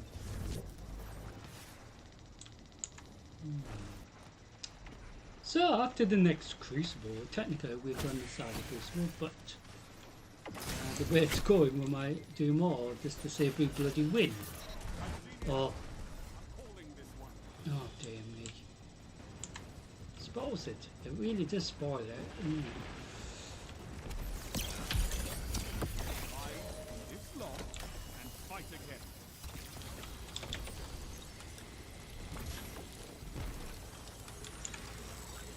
No, not this time. Controlling those zones is the only path to victory.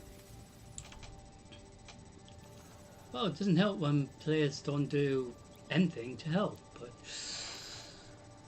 you're getting to see how terrible it can get sometimes. Really terrible. So the little mini requirements. So we actually doing strand. Oh, we actually got strand. But these other little requirements helping us towards completing the weekly orders to help us get the full week. What's that?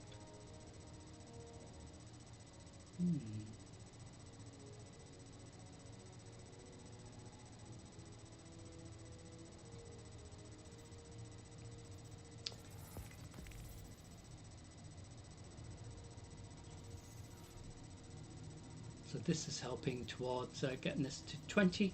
So each week, you know, getting it to 20 is the usual little mini requirement for the week, which isn't difficult. You can just spend the entire week doing, you know, Crucible, Gambit. So we have Strand there. 1 minute. Put it on Strand.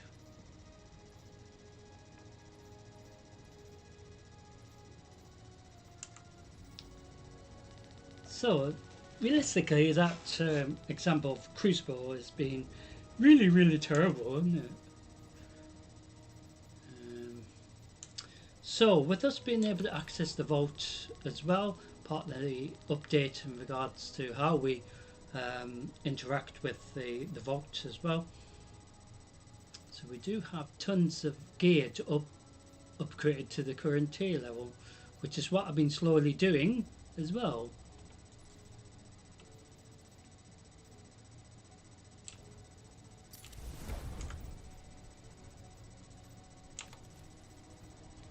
So we do have a primary slot.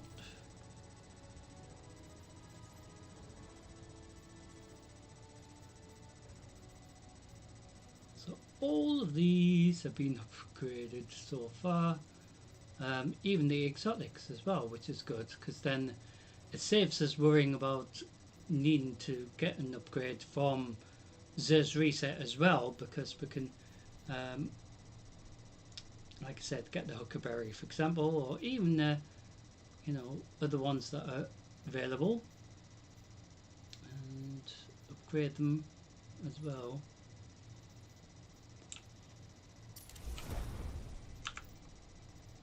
Which is what we're doing. We are spending Glimmer.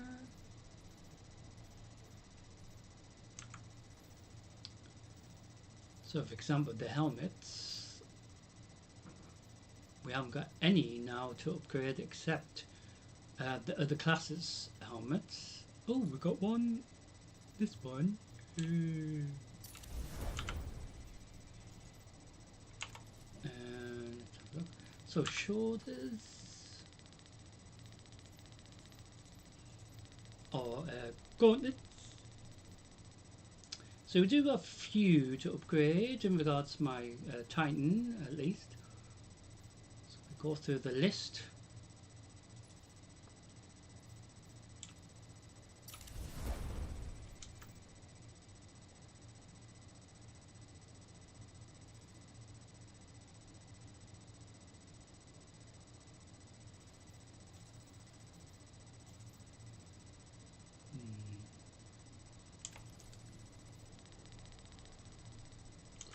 Chest armor. So with us being able to access the vault a bit easier, instead of having to teleport all the way back to the tower, which is what we had to do. It's a shame we can't just head to the tower while we're queuing for instance. Just like in, you know, World of Warcraft, we can queue for the instance before officially going into the instance, and then just join it when it's found enough players, instead of faffing around teleporting here and there, you know, and then come back to orbit, and then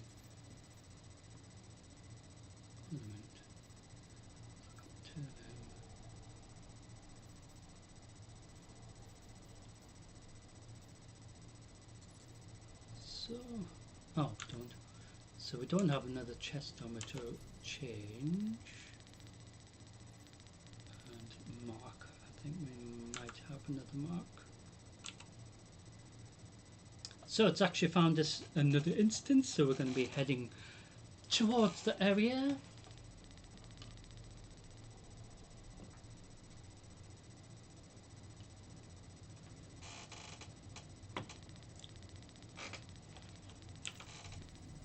So even if we get one gambit, at least then we can see if it will work better than the other crucible. So after this instance, we will see if the gambit one will want to work. doesn't always work every week. Last week it worked for 2 out of the 4, and then we had to go back to the other crucible. But the good thing is about the other crucible, last week we had mayhem and other options as well. This week we have rift, relic, and the normal rumble. So they should move this list into the portal list for this crucible tab here. See what I mean? So they should put it here, and then it'll be all together, because they should stick everything together in regards to, you know, what's available in regards to crucible or gambit, for example, or even like the group activity or the seasonal group activity for you know, that week, or the event that's only limited for a few days maybe.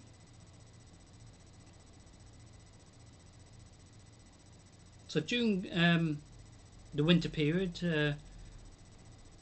that kicked off the winter period, we had fun doing snowball fighting and in this, and we had fun doing that during December.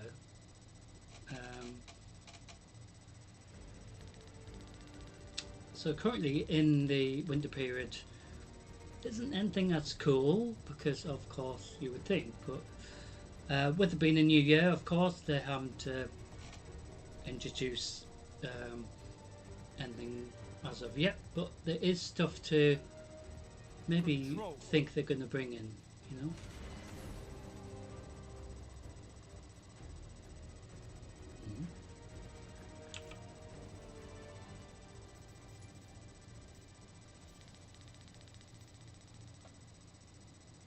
So we have got my class, subclass as Strand in preparation. Move in and take those zones.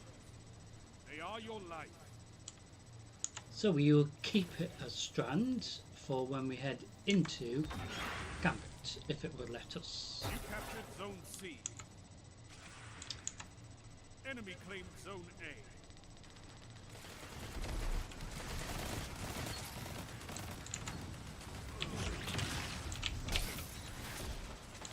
Sorry, didn't mean to punch you. I think he's going to be really angry with me.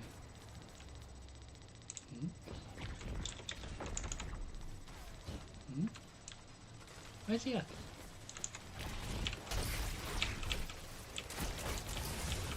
Where's he at? Ah!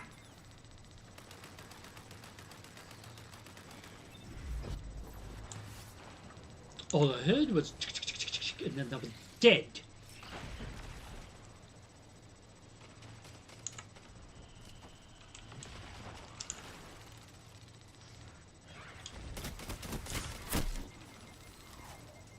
So he knew where I was.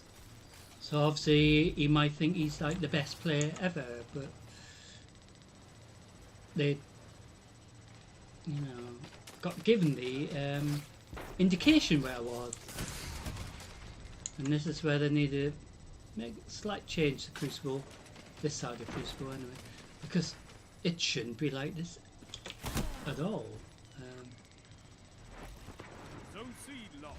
Your enemy has a power play. Because that's not Crucible, is it? If they know where you are, that's not Crucible. That's I don't even know what you would call it if they knew where you were. That's sort of like giving them, of course, additional help when they shouldn't be given it. But never mind. But sometimes it still doesn't make sense during when they got additional help, because there's something still don't even concentrate or use the additional help. You know? Zone A lost. Your enemy has a power play.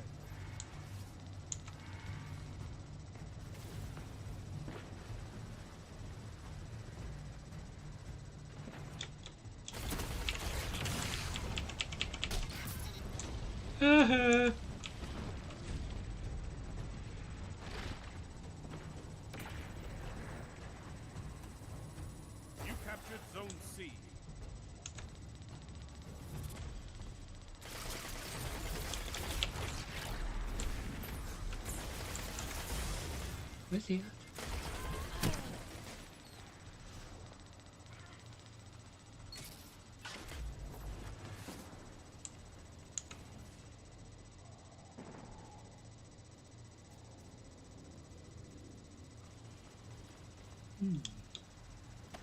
Zone C lost. Power play. Enemy at your zone. That didn't make any sense either.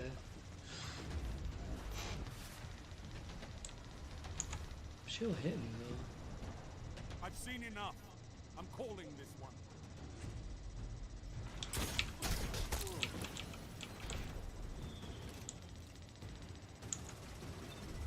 Defeat. Bit suspicious, I think. See, some players just take advantage of the fact that they don't always watch for cheats, but they have the catch up and you know, anti-cheat thing built in,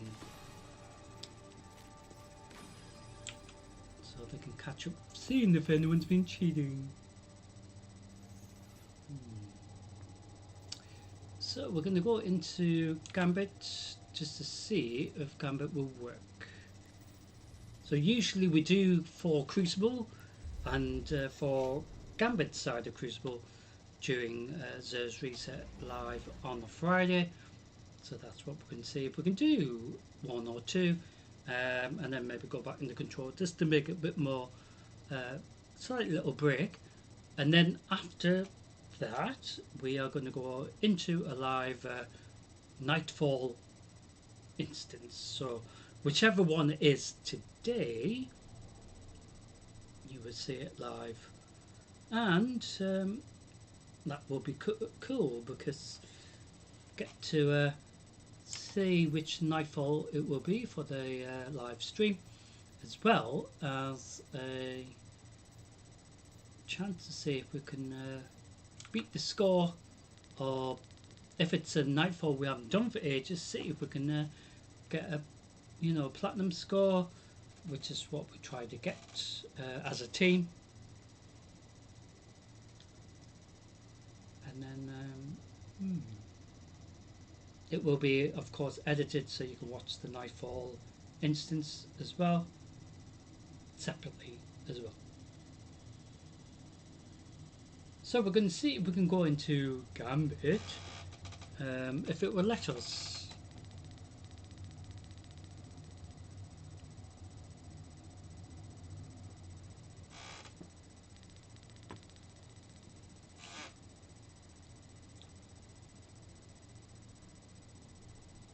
Yeah, sometimes it lets us in for maybe one Gambit recently, or two like last week, but and then it doesn't want you to anymore for some reason, and then it's like, why? So since we were last in, I changed my ship to this one, which is another thing I was totally forgot to mention. But good thing is with your ship and your gear, you know, you can customize it, the color scheme as much as it will let you.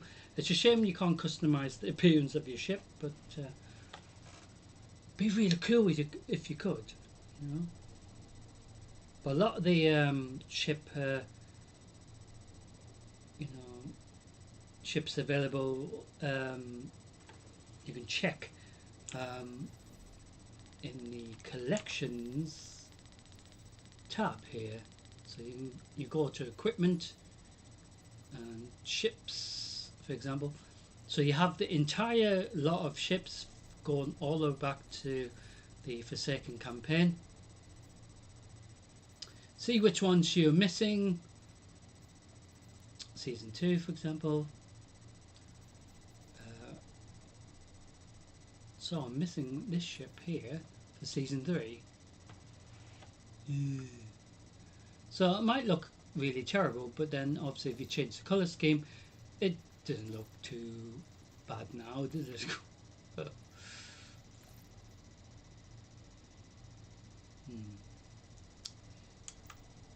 So, like I said, not just ships, everything in regards to equipment, your ghost appearances, your little vehicles that you ride around the map on,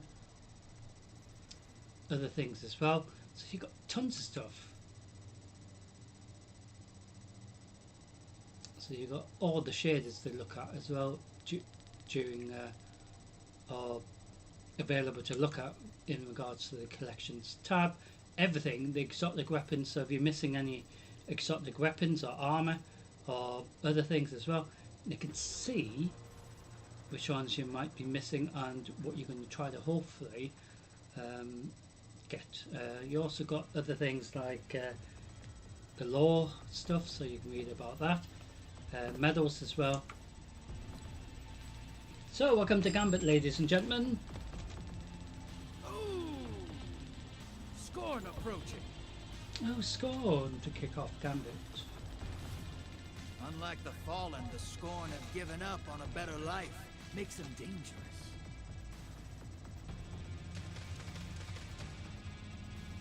Get ready for transmat. Kill the hostiles. Grab the moats. Drop them in the bank. So maybe a lot of players want to do Gambit because it seems to be a bit more fairer. But other Crucibles should be fairer, but for some reason it's players, like I said, cheat for no reason. They don't need to do that at all. But they still do it, even though they don't need to. So,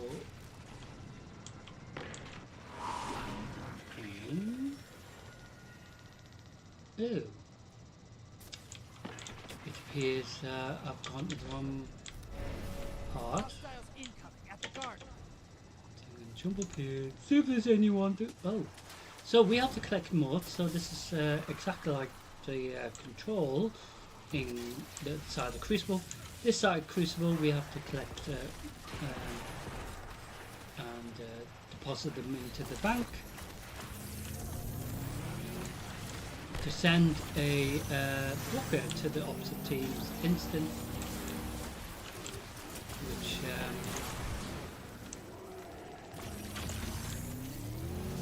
is also going to be entertaining to see if we can go through and kill them on their side of the instance.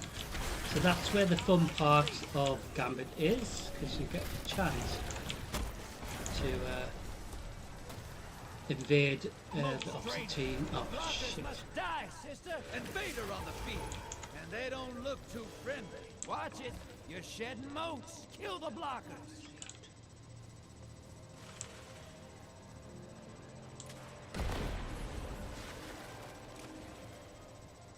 Enemy invader is down. Oh, thank God. You can breathe. Somebody killed him. So fortunately our team killed the invader, so we can actually invade their side of the map as well once our portal is opened. Burn it down. So I've got max motes. Fill the bank, you get a priming. Moats draining. The blockers must die, sister.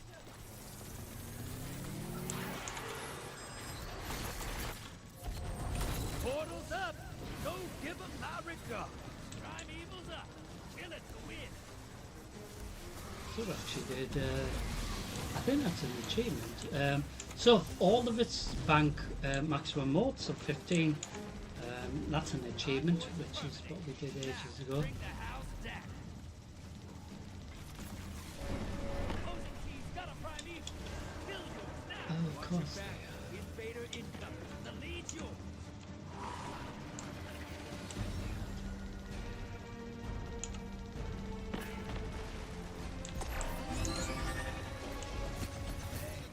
I Enemy invader down. know you, Can't blame him for because I shot him in the face. Sorry, I shot you in the face. Envoys eliminated.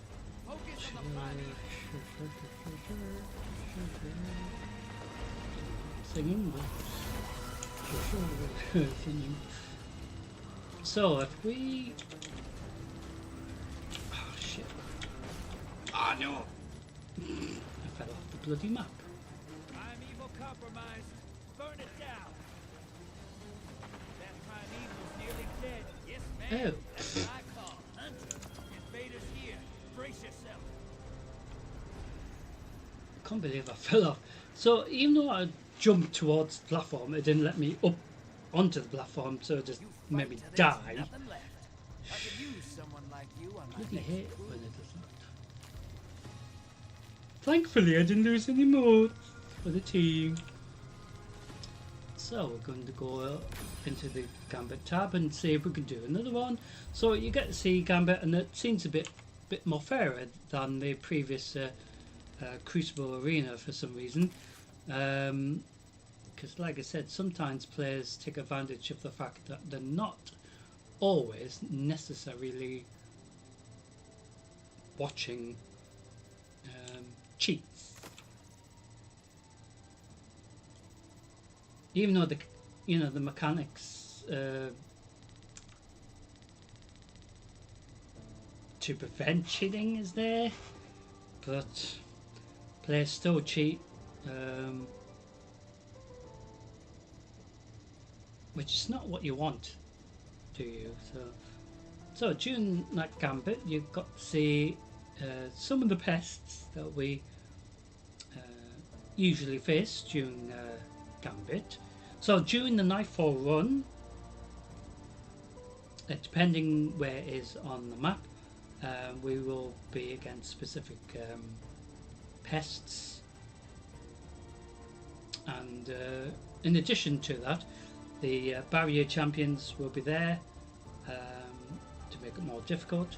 So you can't do any damage, like I was saying before, to the barrier champions unless you stun them.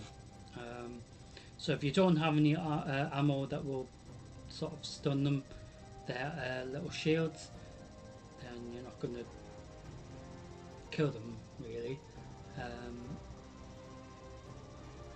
So as long as one of you out of your little fire team of 3 has the barrier champion piercing ammo rounds, that will help.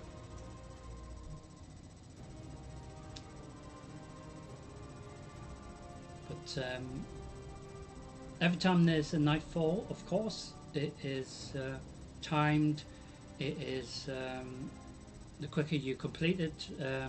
Usually you may think that will mean better score and all that sort of thing, but it's still, I think, points related in regards to what you how much you spawn, maybe, especially if you spawn numerous more barrier champions, other champions as well that join the instance, just making the nightfall, you know, much tougher. So during the nightfall you try to get a platinum score, like I was saying, but it isn't a must for a lot of players, and it isn't what they try to do anyway. But a lot of the time it's for the weekly requirement, the rep, during the nightfall run. But so with the changes to the nightfall, so the nightfall resets every single day. It used to be every week. Hence why they had to do a massive overhaul of that, because it was like the same thing for the entire reset week, the same nightfall, and you were like, I've already done it. But now it's per day. There was a couple of nightfalls that they did have bugs with. One of them I did upload because we completed it, but it wouldn't complete it and send us back to orbit, so I had to manually do it. So we were still losing points even though there wasn't anything to kill. So little bugs like that need a fix, so they need to fix that nightfall.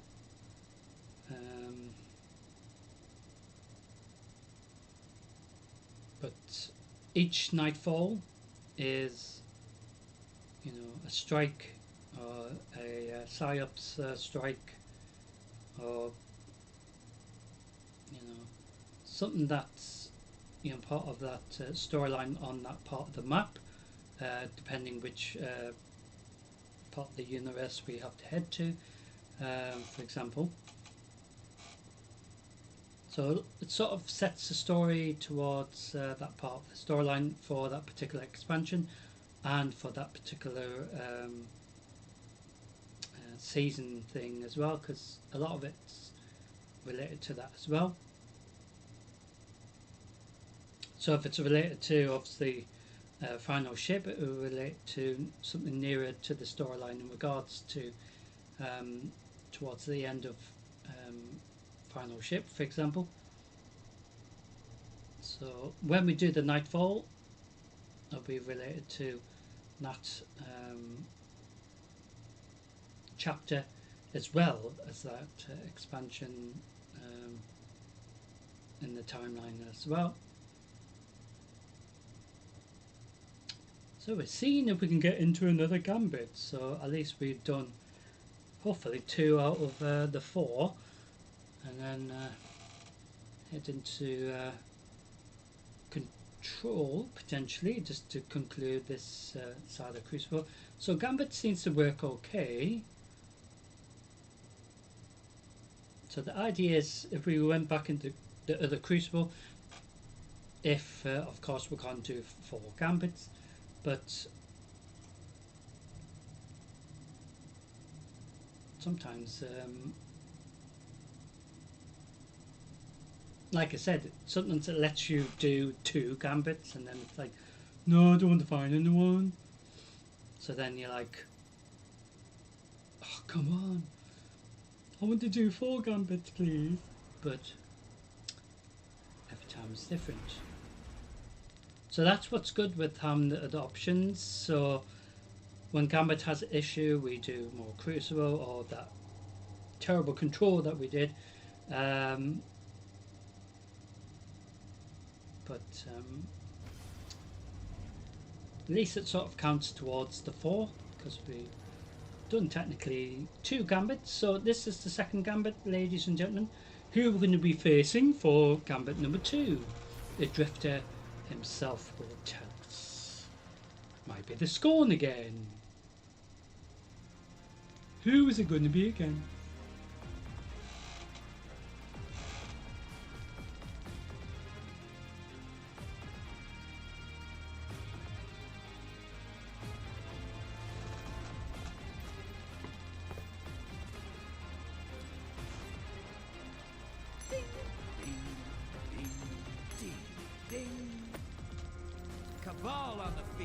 Ooh, against the stinky Cabal. You know it's gonna get loud with the Cabal around. Subtlety ain't exactly their style.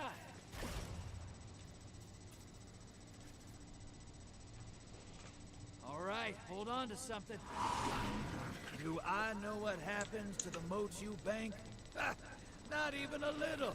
But I do know it pays. That's enough for me. So they also did additional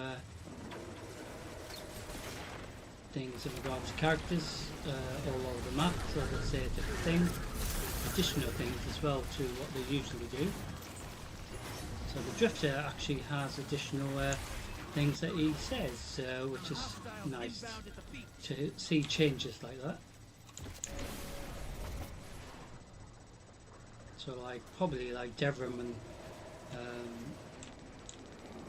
or chats as well, characters that we're familiar with, especially for Crucible and Tower and things. They also say different things.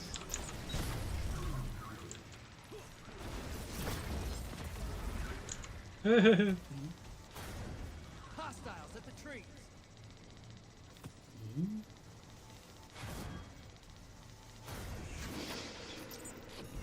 So we got maximum moats. So the idea is to go and bank the moats into our bank before the team kills me while carrying them. But thankfully they didn't kill me at all. because they've been invaded, which is another interesting point. Sorry, Mr. Cabal.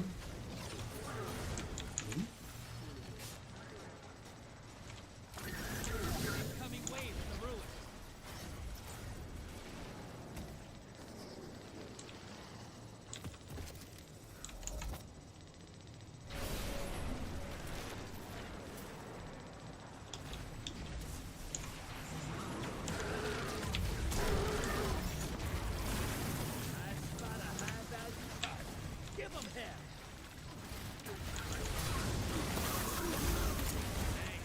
Whoa! Shit.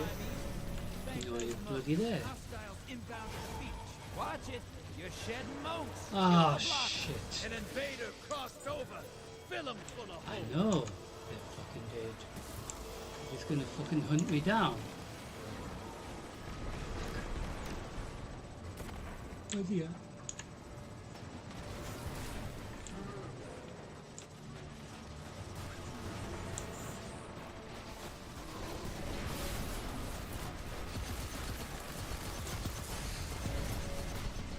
Invaders off the field. Oh, I Watch thought I it. killed him You're as shedding well. moats. Kill the blockers. Ooh! Overteach some of the primeval.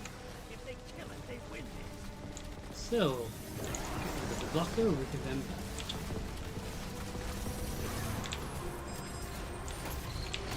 You're risking it all. Was it in the bank? It's not over. So I'm gonna go through and see if we can kill some little pests. Hey! I was trying to go through the fucking portal there. Fucking unfair. That could have been a what do you call it?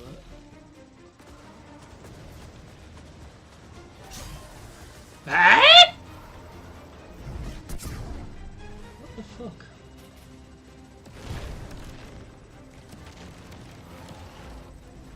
Mega decent. Watch your back. Invader incoming. Oh, you piece of shit.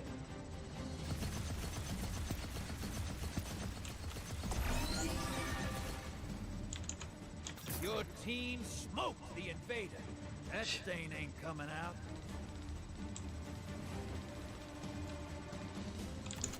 Go through again. Yeah, because it was sort of a bit weird that because we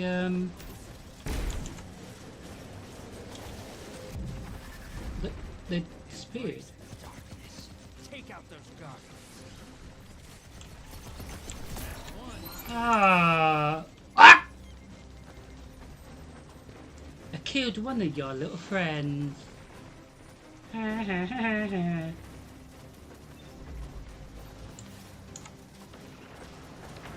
primeval's compromised. Hit it with everything you've got. So keep it on strand until we get the strand a little bit kind of done. Opposing team's about to win. Damn it, Tony. Ah. Opposing team put their So the primeval on. catch-up mechanics they introduced for Gambit is really good because even if one team is so far ahead, the mechanics help the other team catch up to at least have a slight chance to attempt to kill their primeval, which is what they did with us. And that's where it's more fair because sometimes not even any of the teams usually get a chance. If of course players are sort of cheating, So we still got the strand thing to try to finish. So strand and this one work together, I guess.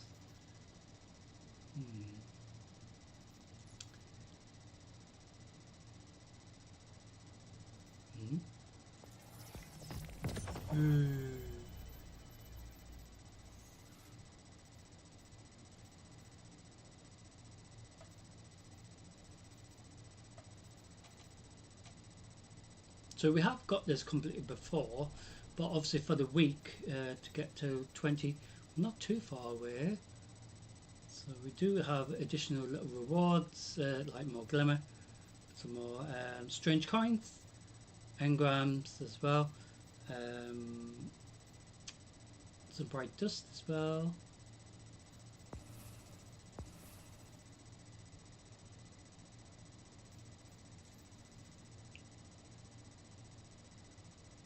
And of course another exotic cipher, which we've got maxed out of 5.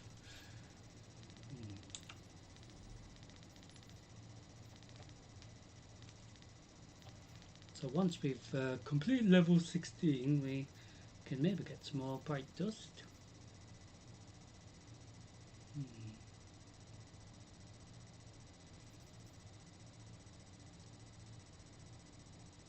So with regards to the little changes, so they have Vanguard alerts and Vanguard Arena alerts as well, conquests as well, little mission things, as well as other things.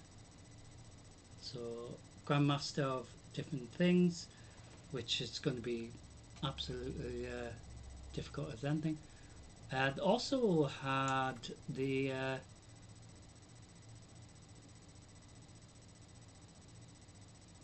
sort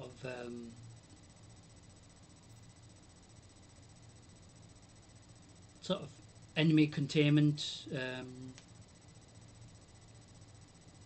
at the Leviathan, I believe, but that it's like a group activity, like a group hold on a minute, arena. There it is, the nightmare containment.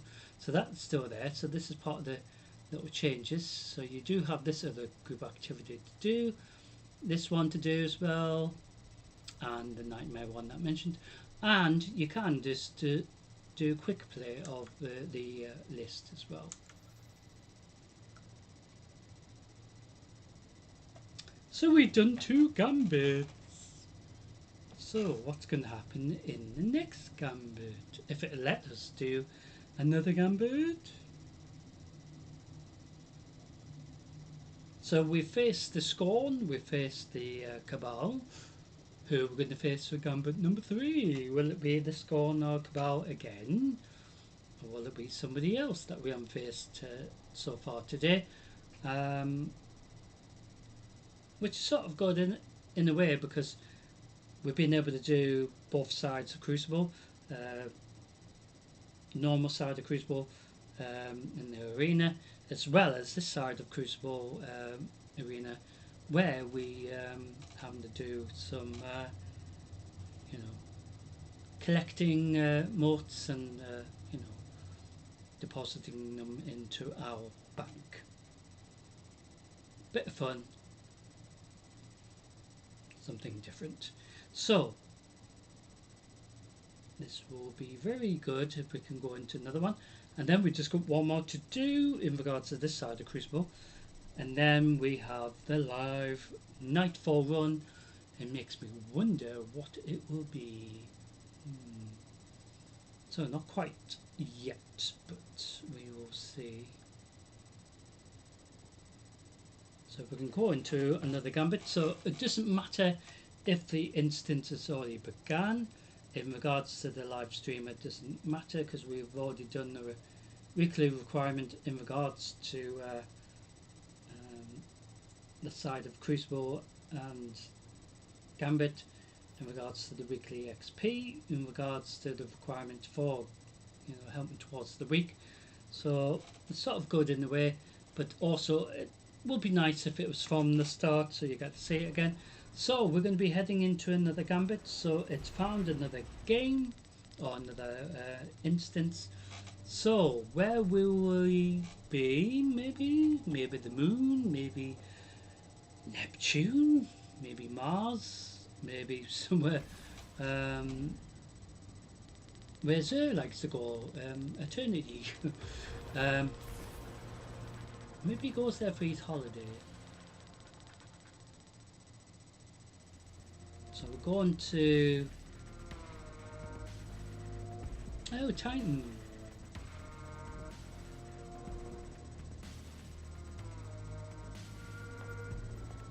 So who we're going to face for gambit number 3?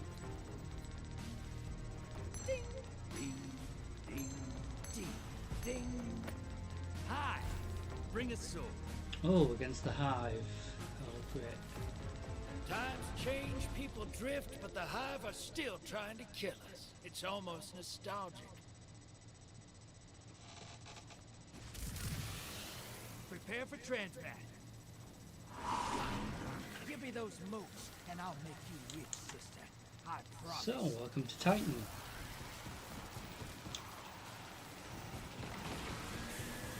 Same principle. Deposit moats, but of course now we're facing the annoying Hive in this case, which can be very deadly during a nightfall, especially with the barrier champions. So,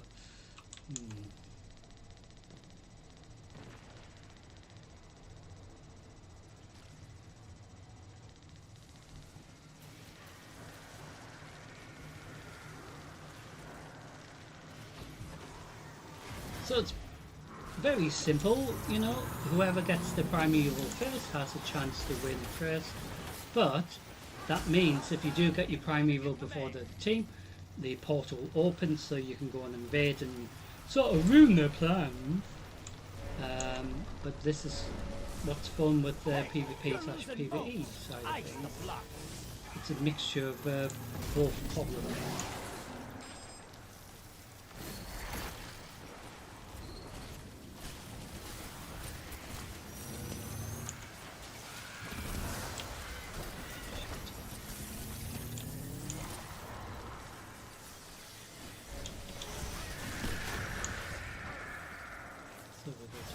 Wizards, or witches as I call them. It's still fucking annoying.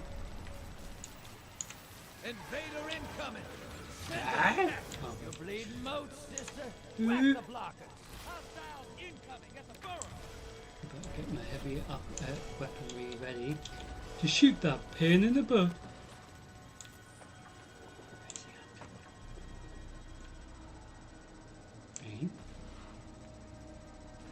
Yeah.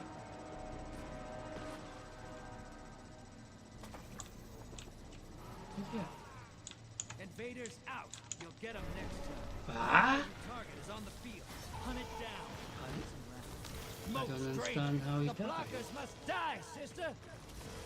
Did the invader kill him, or did he die from the pest at the bank? Portal's active. Time to choose violence.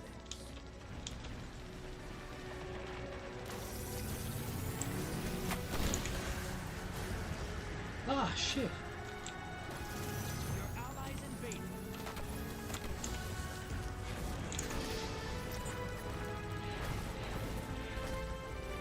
Invaders down and out.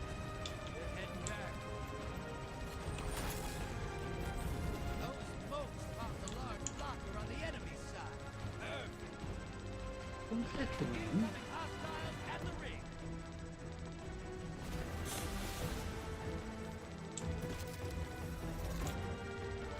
I'm going to try to invade unless my teammate's going to attempt again.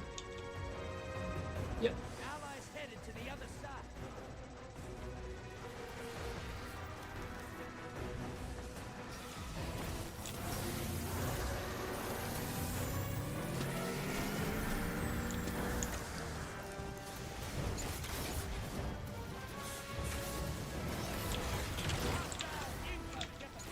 Almost there. Fill the bank. Summon a primeval. So we need to deposit this and then we get our primeval. So even though the team's so far ahead, the catch-up mechanics to allow our team to even get a slight little tiny little chance. Hey, stop shooting me! About to win this. Get moving. Invader on the field. Careful. Ew, enemy pet. Ah, I was looking forward to shooting him or her. Never mind. Oh dear.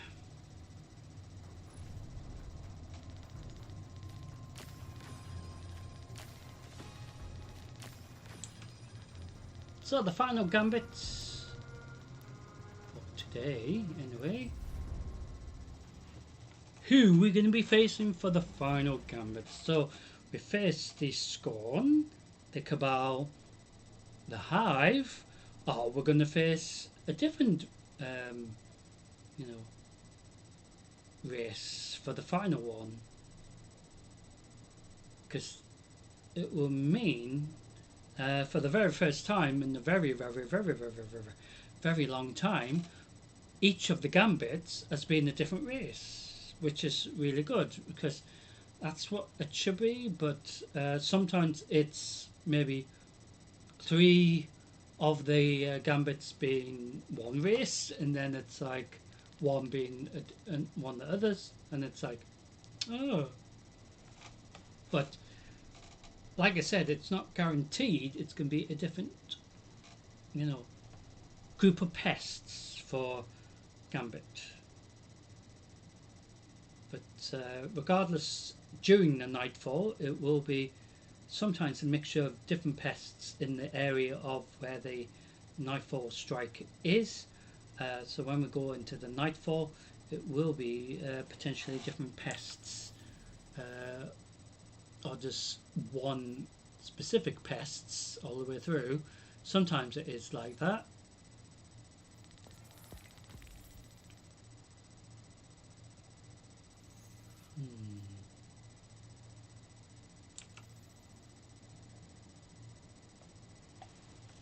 But that's the fun thing of trying to do a live stream. We just don't know what we're going to face, because obviously we're not researching who we're going to face or what the Nightfall is, for example. So we're doing it live, sharing it with you all, so you get to see how terrible Crucible's been today. You saw how terrible Gambit was as well, up to now. But realistically, it is just a bit of fun, and you know, a lot of players take it too seriously for no reason, which is true. And I just think it is a bit of fun. It's not, you know what I mean. But if they made slight tweaks to, you know, Crucible and Gambit, there will be, you know, really cool ideas that they get introduced for the future for Destiny 2, you know, or even sort of enhance what there currently is. But will they listen to me? I have no idea. I don't think so. I'm just one alien speaking here, but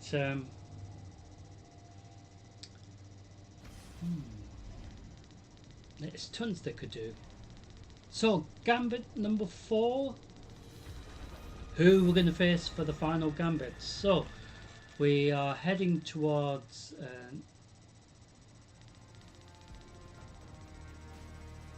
Nessus.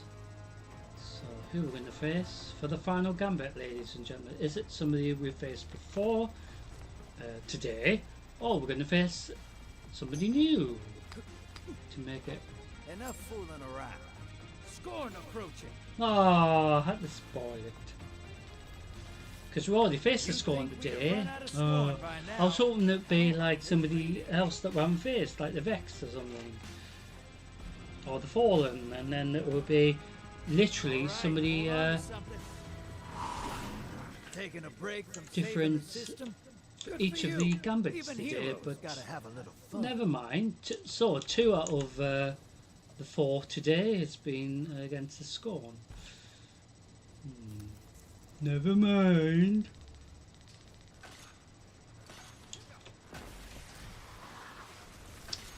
So still trying to get that instance where we actually face something new for each of the Gambits.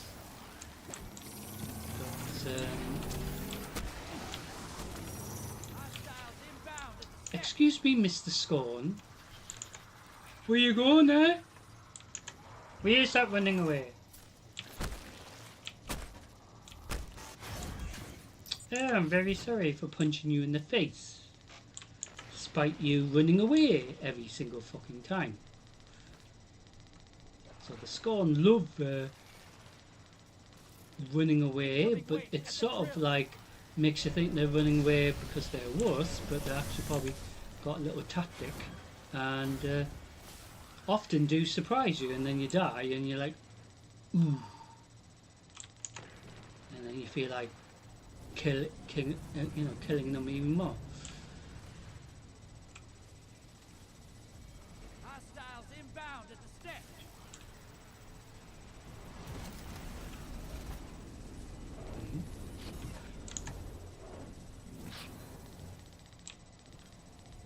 Portal is primed. Lock them. Your allies invading.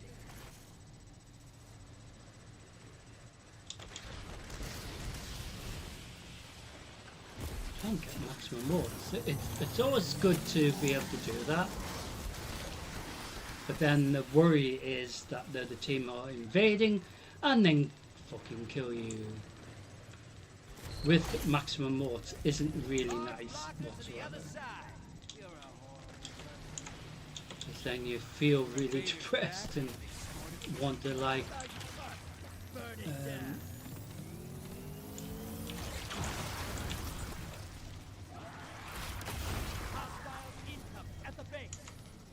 sorry, Mr. Scorn. I mean, I don't know what his first name is. Portals up. Go give him my regard. So we have summoned our primeval. But the team in this case, I mean, got theirs yet, but I don't know if they got less players, which is sort of a rare thing that the mechanics has not found a whole team for the other team, which is sort of a bit of unfair really, but it is a rare thing that happens. But Watch your back. Invader income. so we have Invader Pest.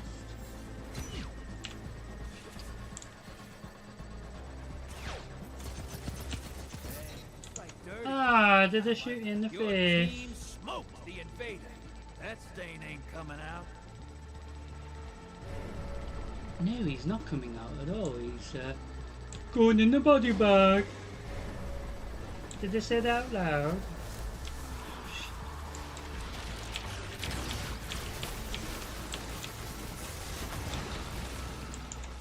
So, strand damage. So the invader is probably going to invade now. They invade anyway to try to stop us.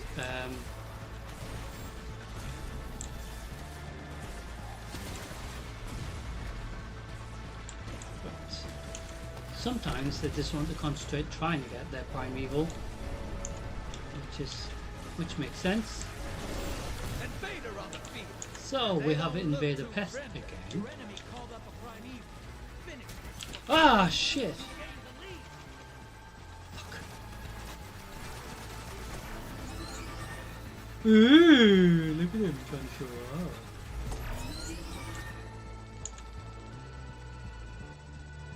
It's in boom, but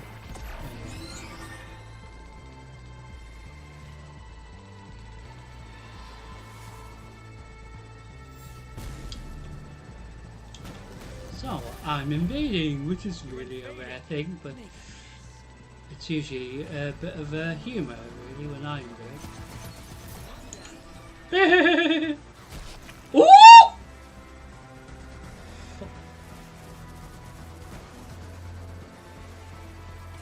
Yeah, little stink. Just you wait. Gonna fucking get you.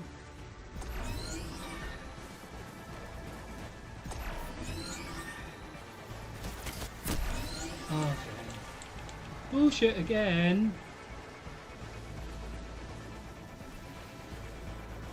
Where's he at?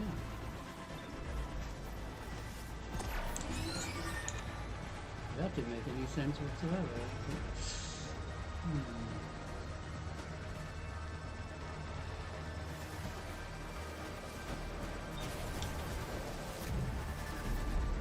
You're invading.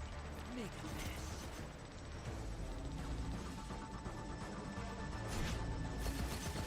That's one. Ah.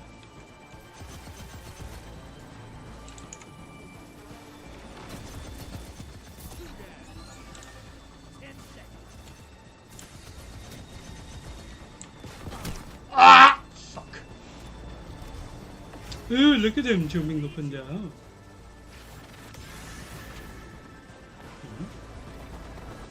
Hi guys. They're incoming. Send them packing. Oh, send them all and packing. Yeah.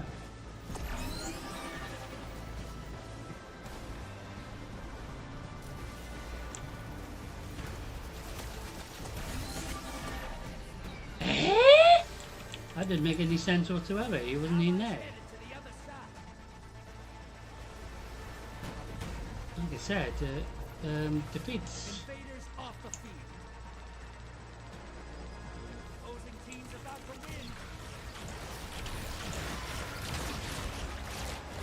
win. Well, that's faulty, especially when they shouldn't have been able to do what they did, but Hit it with everything you've got. never mind.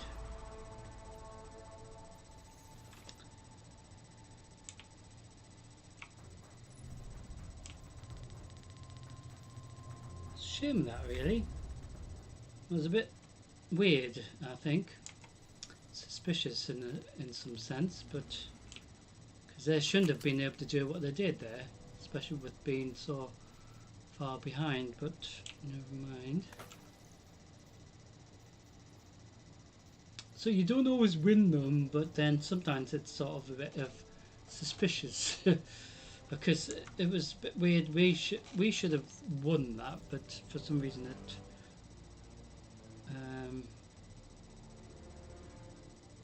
yeah, it didn't seem right whatsoever.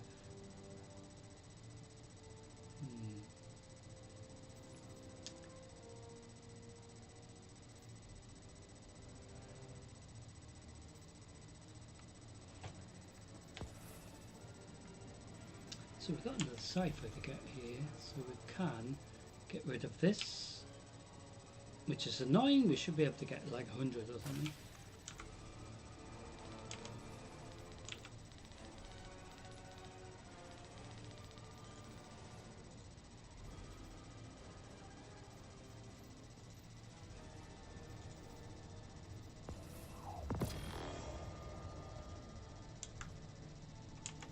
So, ladies and gentlemen, we're going to head into the live Nightfall run for tonight's stream. So, I've got my game preparation for the Nightfall run.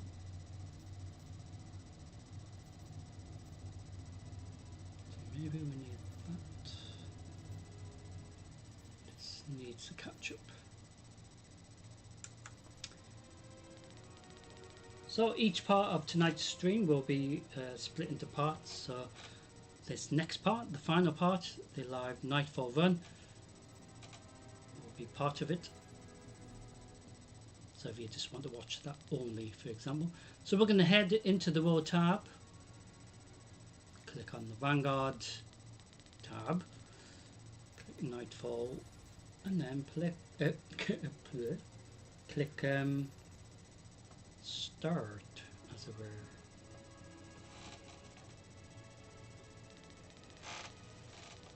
So ideally it'd be good if it's from the start, but sometimes it's already began, but that doesn't mean you can't redo it. But sort of ideal if you do it from the start, really, I think.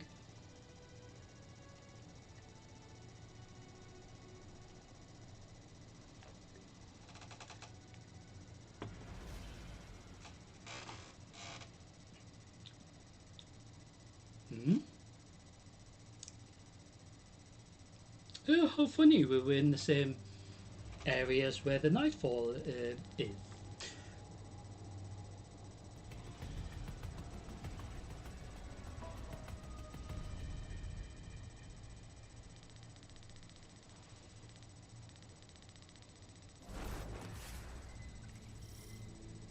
Guardian, we've received limited intel regarding a Vex information depot. I want you to get in there and figure out what they know. Greetings, Captain. Commander Zavala has requested that I run tactical on this mission.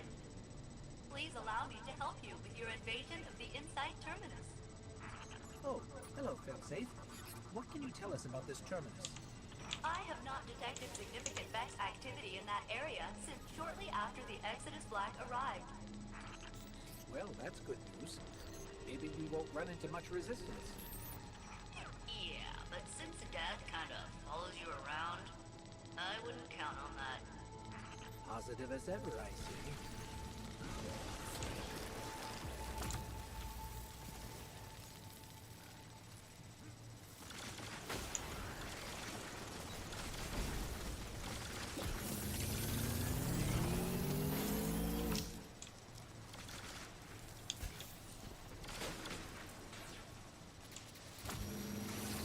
So he's a great example of our very first barrier champion. So of course it's much harder to kill it. So if you don't have something to stun it, the barrier champion won't be stunned and then can't kill it. So the quicker you get rid of it, the better for your little group's requirement or goal to try to get a really good nightfall score.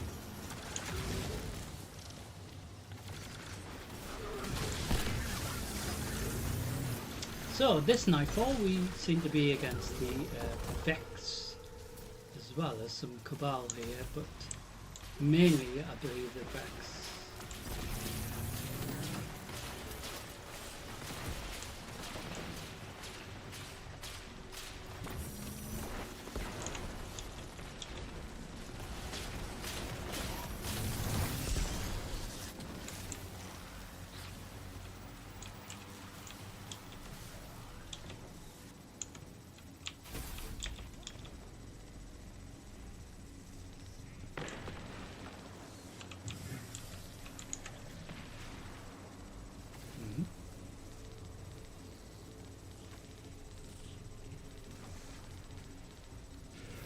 Pretty heavy this thing. The Scion was wearing commander regalia.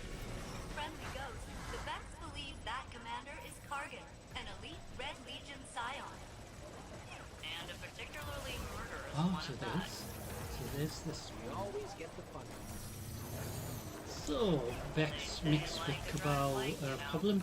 So I initially thought it was the Vex Nightfall here, but it is actually the Cabal one. God, I'm making the elimination of Kargan your priority in this operation. His crew has been active all over the system. From our intel, he's mostly targeting Vex installations. However, removing him can only strengthen our position. Put him down.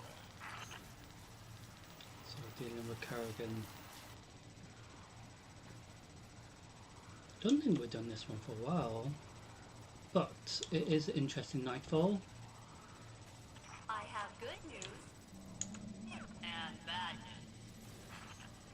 Give us the good news first. The good news is that Kargan is killing Vex by the dozen. All right. What's the bad news? Kargan has almost complete control over the Vex Gate network. I predict several detachments of Cabal over the next few minutes. Wonderful.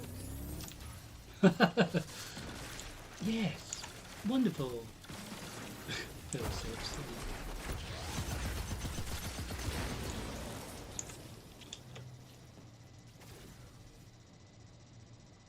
Yeah, the Exodus Black Nightfall is good as well. That is more Vex, of course. But there seems to be more Vex here in Nessus than the There's Cabal. got to be a way to get through here. Failsafe, any ideas? I believe Centurions will possess the means to remove the Vex block and grant you ingress.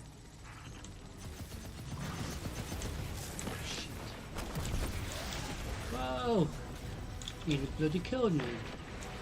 So I stunned the barrier champion, so if we get rid of the champion before he gets his shield back,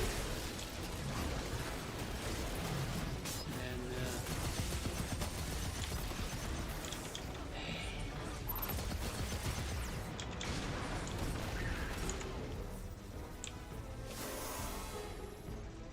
so that was good.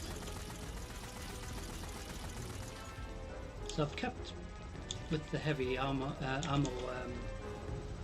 usage so far because Excellent work, Captain. You are at 50% completion of this task.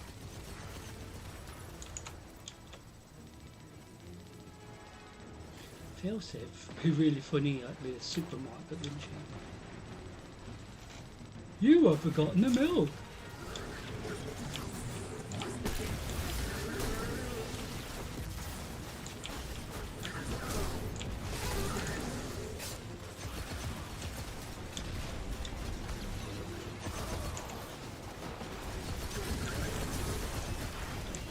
Shit everywhere. Sorry, did this shit? I mean, Cabal.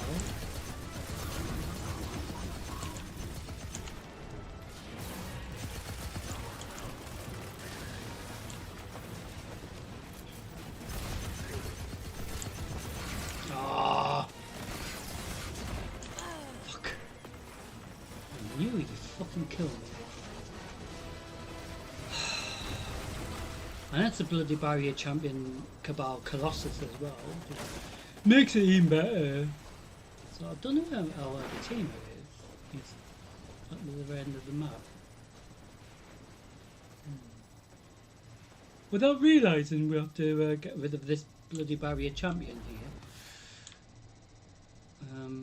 Unless he does know, but he's just taking these.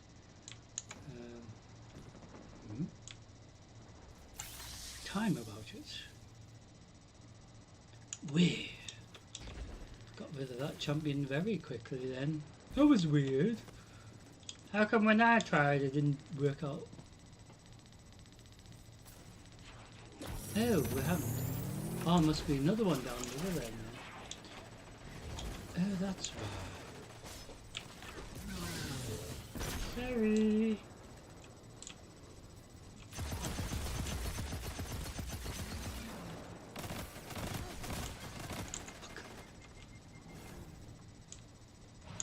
I think they're ignoring this barrier champion, which is a bit of a shame. If you won't get maximum points, but never mind. It appears they've just gone ahead, but ignore that champion.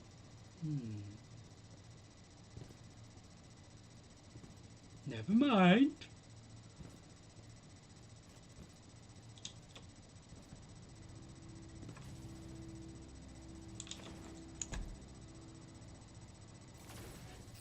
Here's Kargan.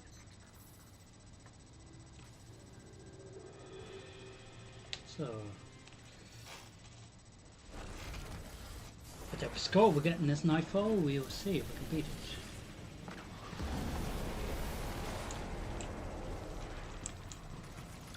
So this Kogan, he's a pain in the bum. What are you doing?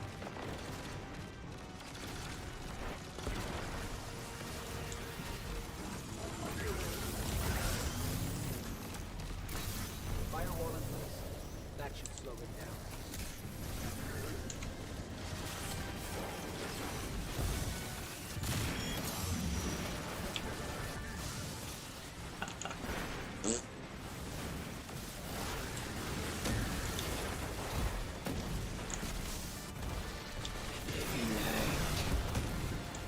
Oh, sorry, Mr. Carrigan.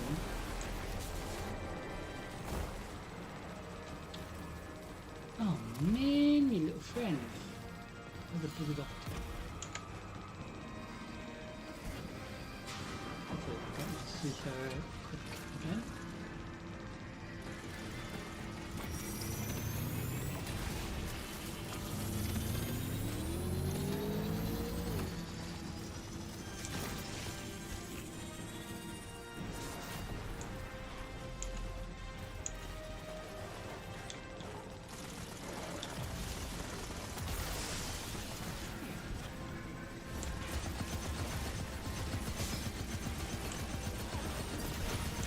Usually throwing the barrier champion during this sport as well.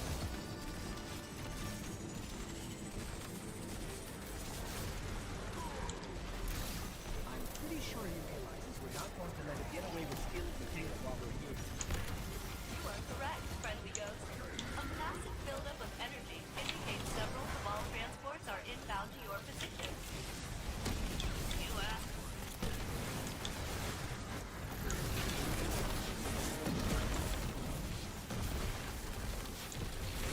actually got a gold score in this run. Good work, Doctor. What intel? So I think we could have got platinum here, but obviously this There's only one team data didn't want to artifact get here, it. labeled Oxa, and it's seriously corrupted. Metadata says it was last accessed by an Otzot centuries ago. What is Oxa? And who is Otzot? Those are questions for another day, I suppose. But for now,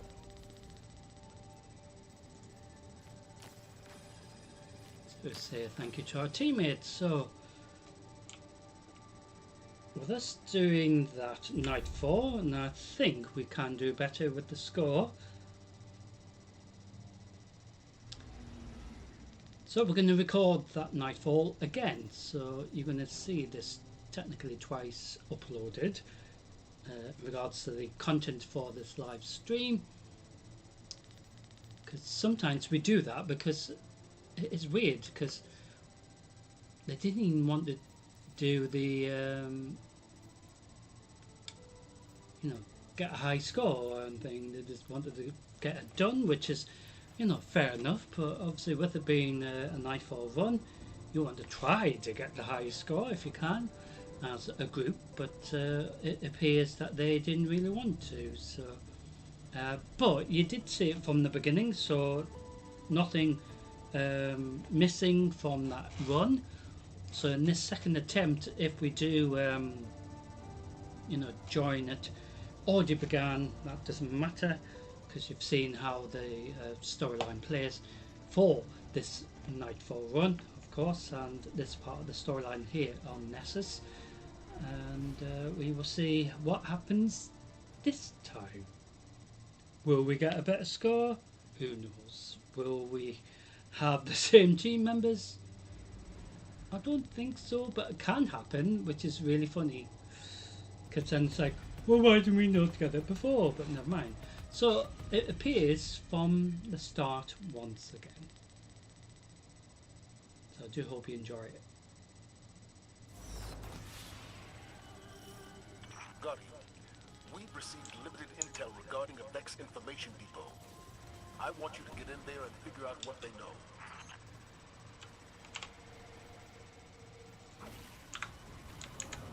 So I changed my subclass to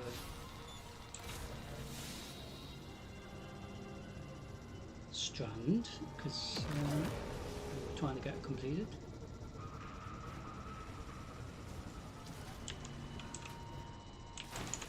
I like how failsafe's not speaking.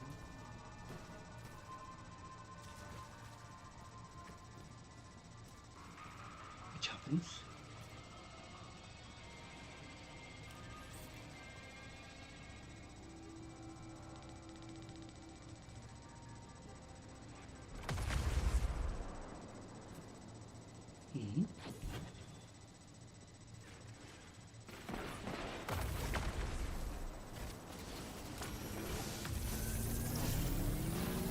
So the interesting thing in regards to this part of Nessus is the fact that you do get the sort of indication, like I did, obviously mistakenly, which is what a lot of players probably do, is the fact that because we face the Vex, we might be probably facing the Vex problem, but we're not, of course. So there might be other pests here, but it doesn't mean we're going to face them as a final problem, as it were.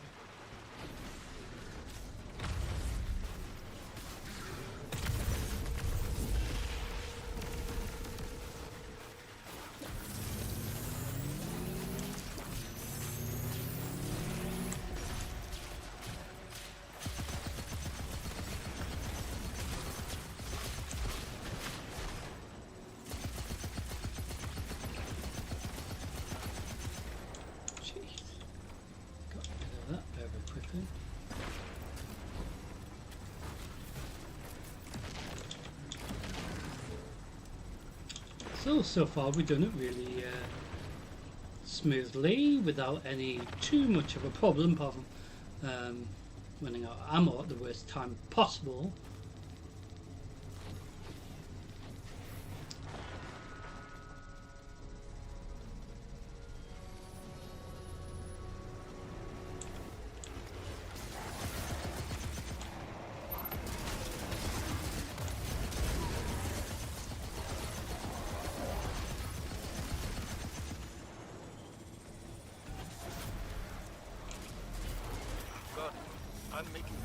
elimination cog low priority in this operation.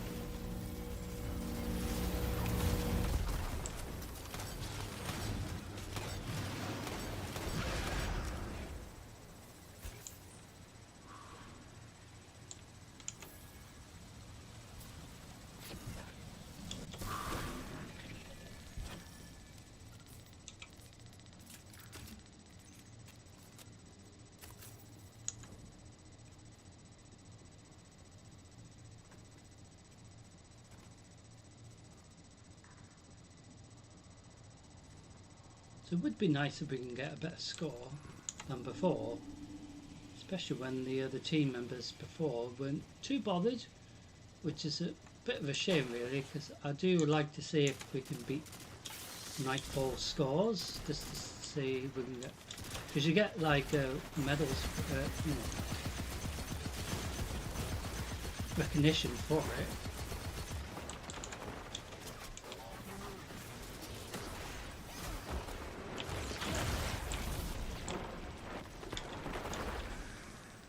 Ah!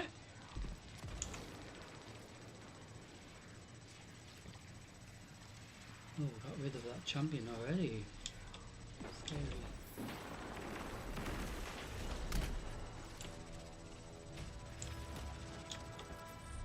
Ah! And then I land in the Vex milk.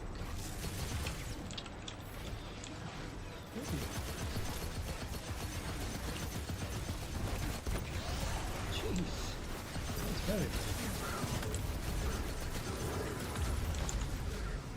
I do hope you've enjoyed the previous Nightfall one, as well as this, as well as the Crucible, even though we did terrible, and the Gambit, that was terrible too. Well, we nearly got bloody squished by you.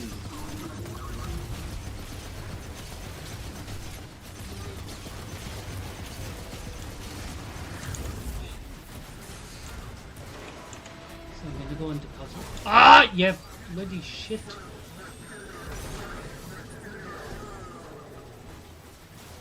Just when I was about to bloody pick that up on my team. No, you had to fucking kill me instead.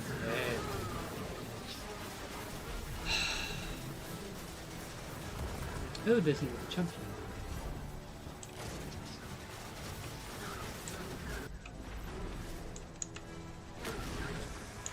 Ah.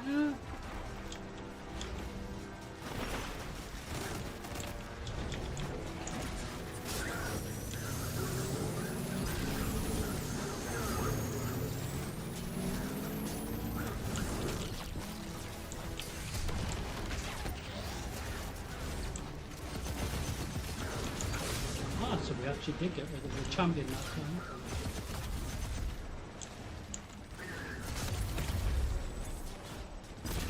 Hey!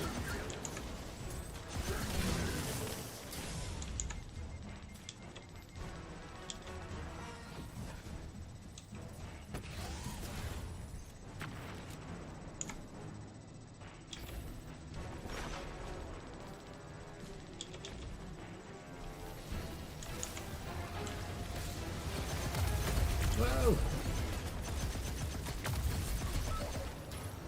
Ooh, tons of little pests.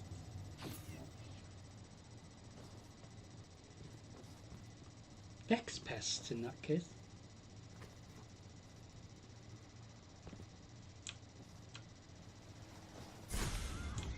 Ooh, nearly broke my legs.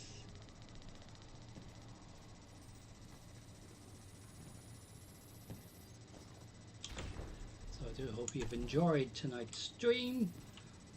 Starting with Zer's reset as always, but in regards to with it being a Friday, of course. But we are going to shit. Ah! I think I fell down.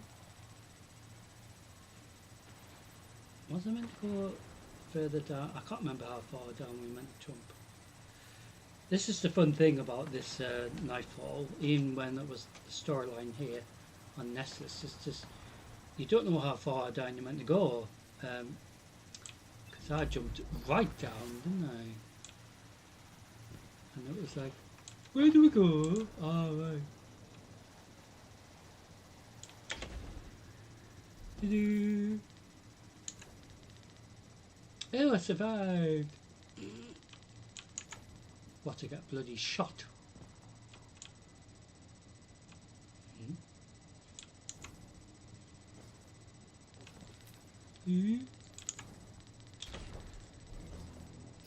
There's Kargan.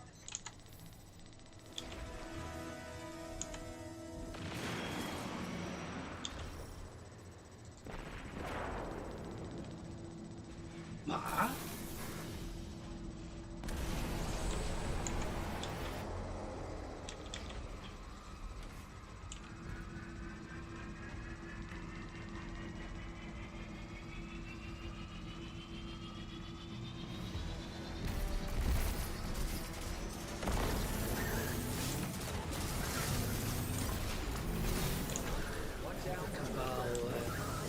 Horses are going to stop us.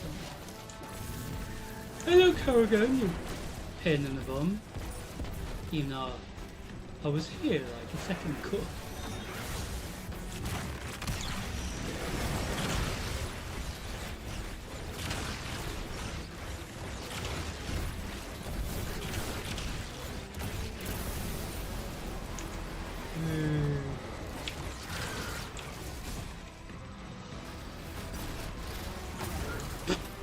Sorry.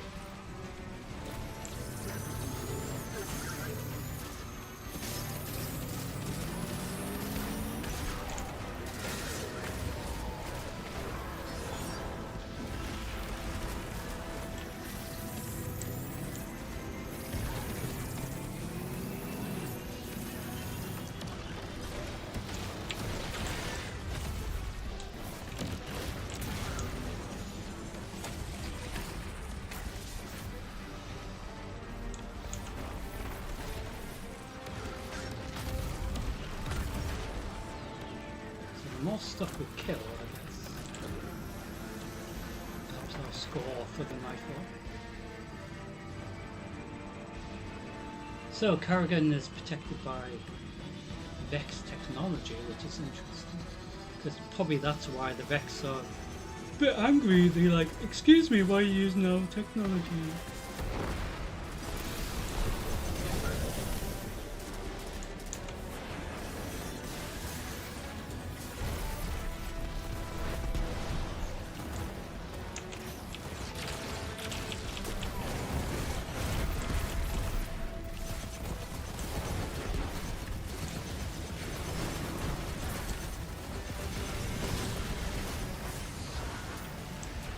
Oh, we just scraped over, I think. Location secured, Commander Zavala. Good work done. What intel did you discover? There's only one data artifact here, labeled Oxa, and it's seriously corrupted. Metadata says it was last accessed by an Otzot centuries ago. What is Oxa? And who is Otzot?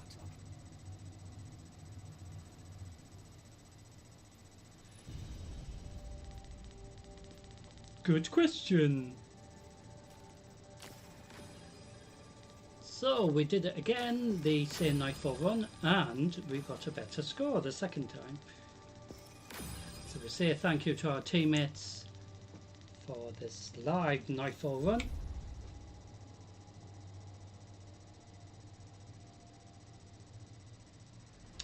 So ladies and gentlemen, I do want to say thank you for watching tonight's stream, week of the 20th of January 2026.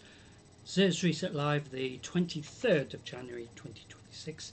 So that isn't quite the end of this week's live streaming. So the final stream for this week, just before I leave you, is of course tomorrow night. So Saturday the 24th of January 2026. We are live for Diablo 4, and of course we are in the Vessel of Hatred, so we're going to continue that with one of the characters, and then we're going to head over to Super Animal Royale to do some well, some cool things that are new in regards to the new Super Animal World, which we did do a little pit stop in Diablo 4 ages about a month ago, as well as the new Super Animal World as well.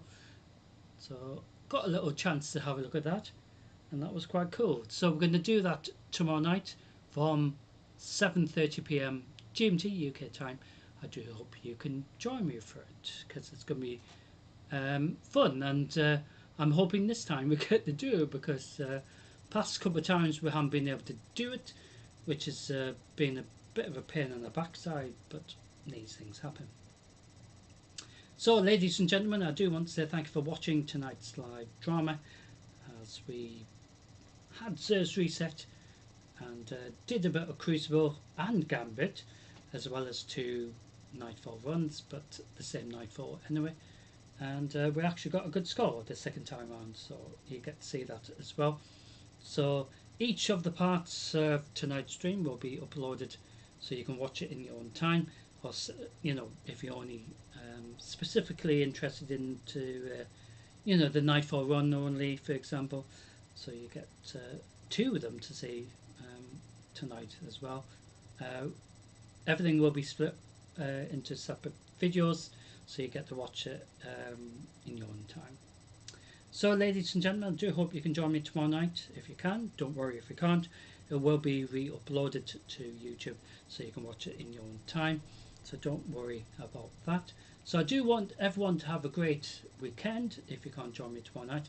But anyway, have a fantastic Saturday and Sunday, and great start to your new Reset week, ladies and gentlemen, if I don't see you all tomorrow night. But for those who are able to watch my stream tomorrow night, I do look forward to seeing you for Saturday's drama, because it will be basically like today, just me dying again. So, yes, bit of fun. But anyway, thank you for watching tonight's stream, ladies and gentlemen, and I see you all for another bit of drama. But for now, take care.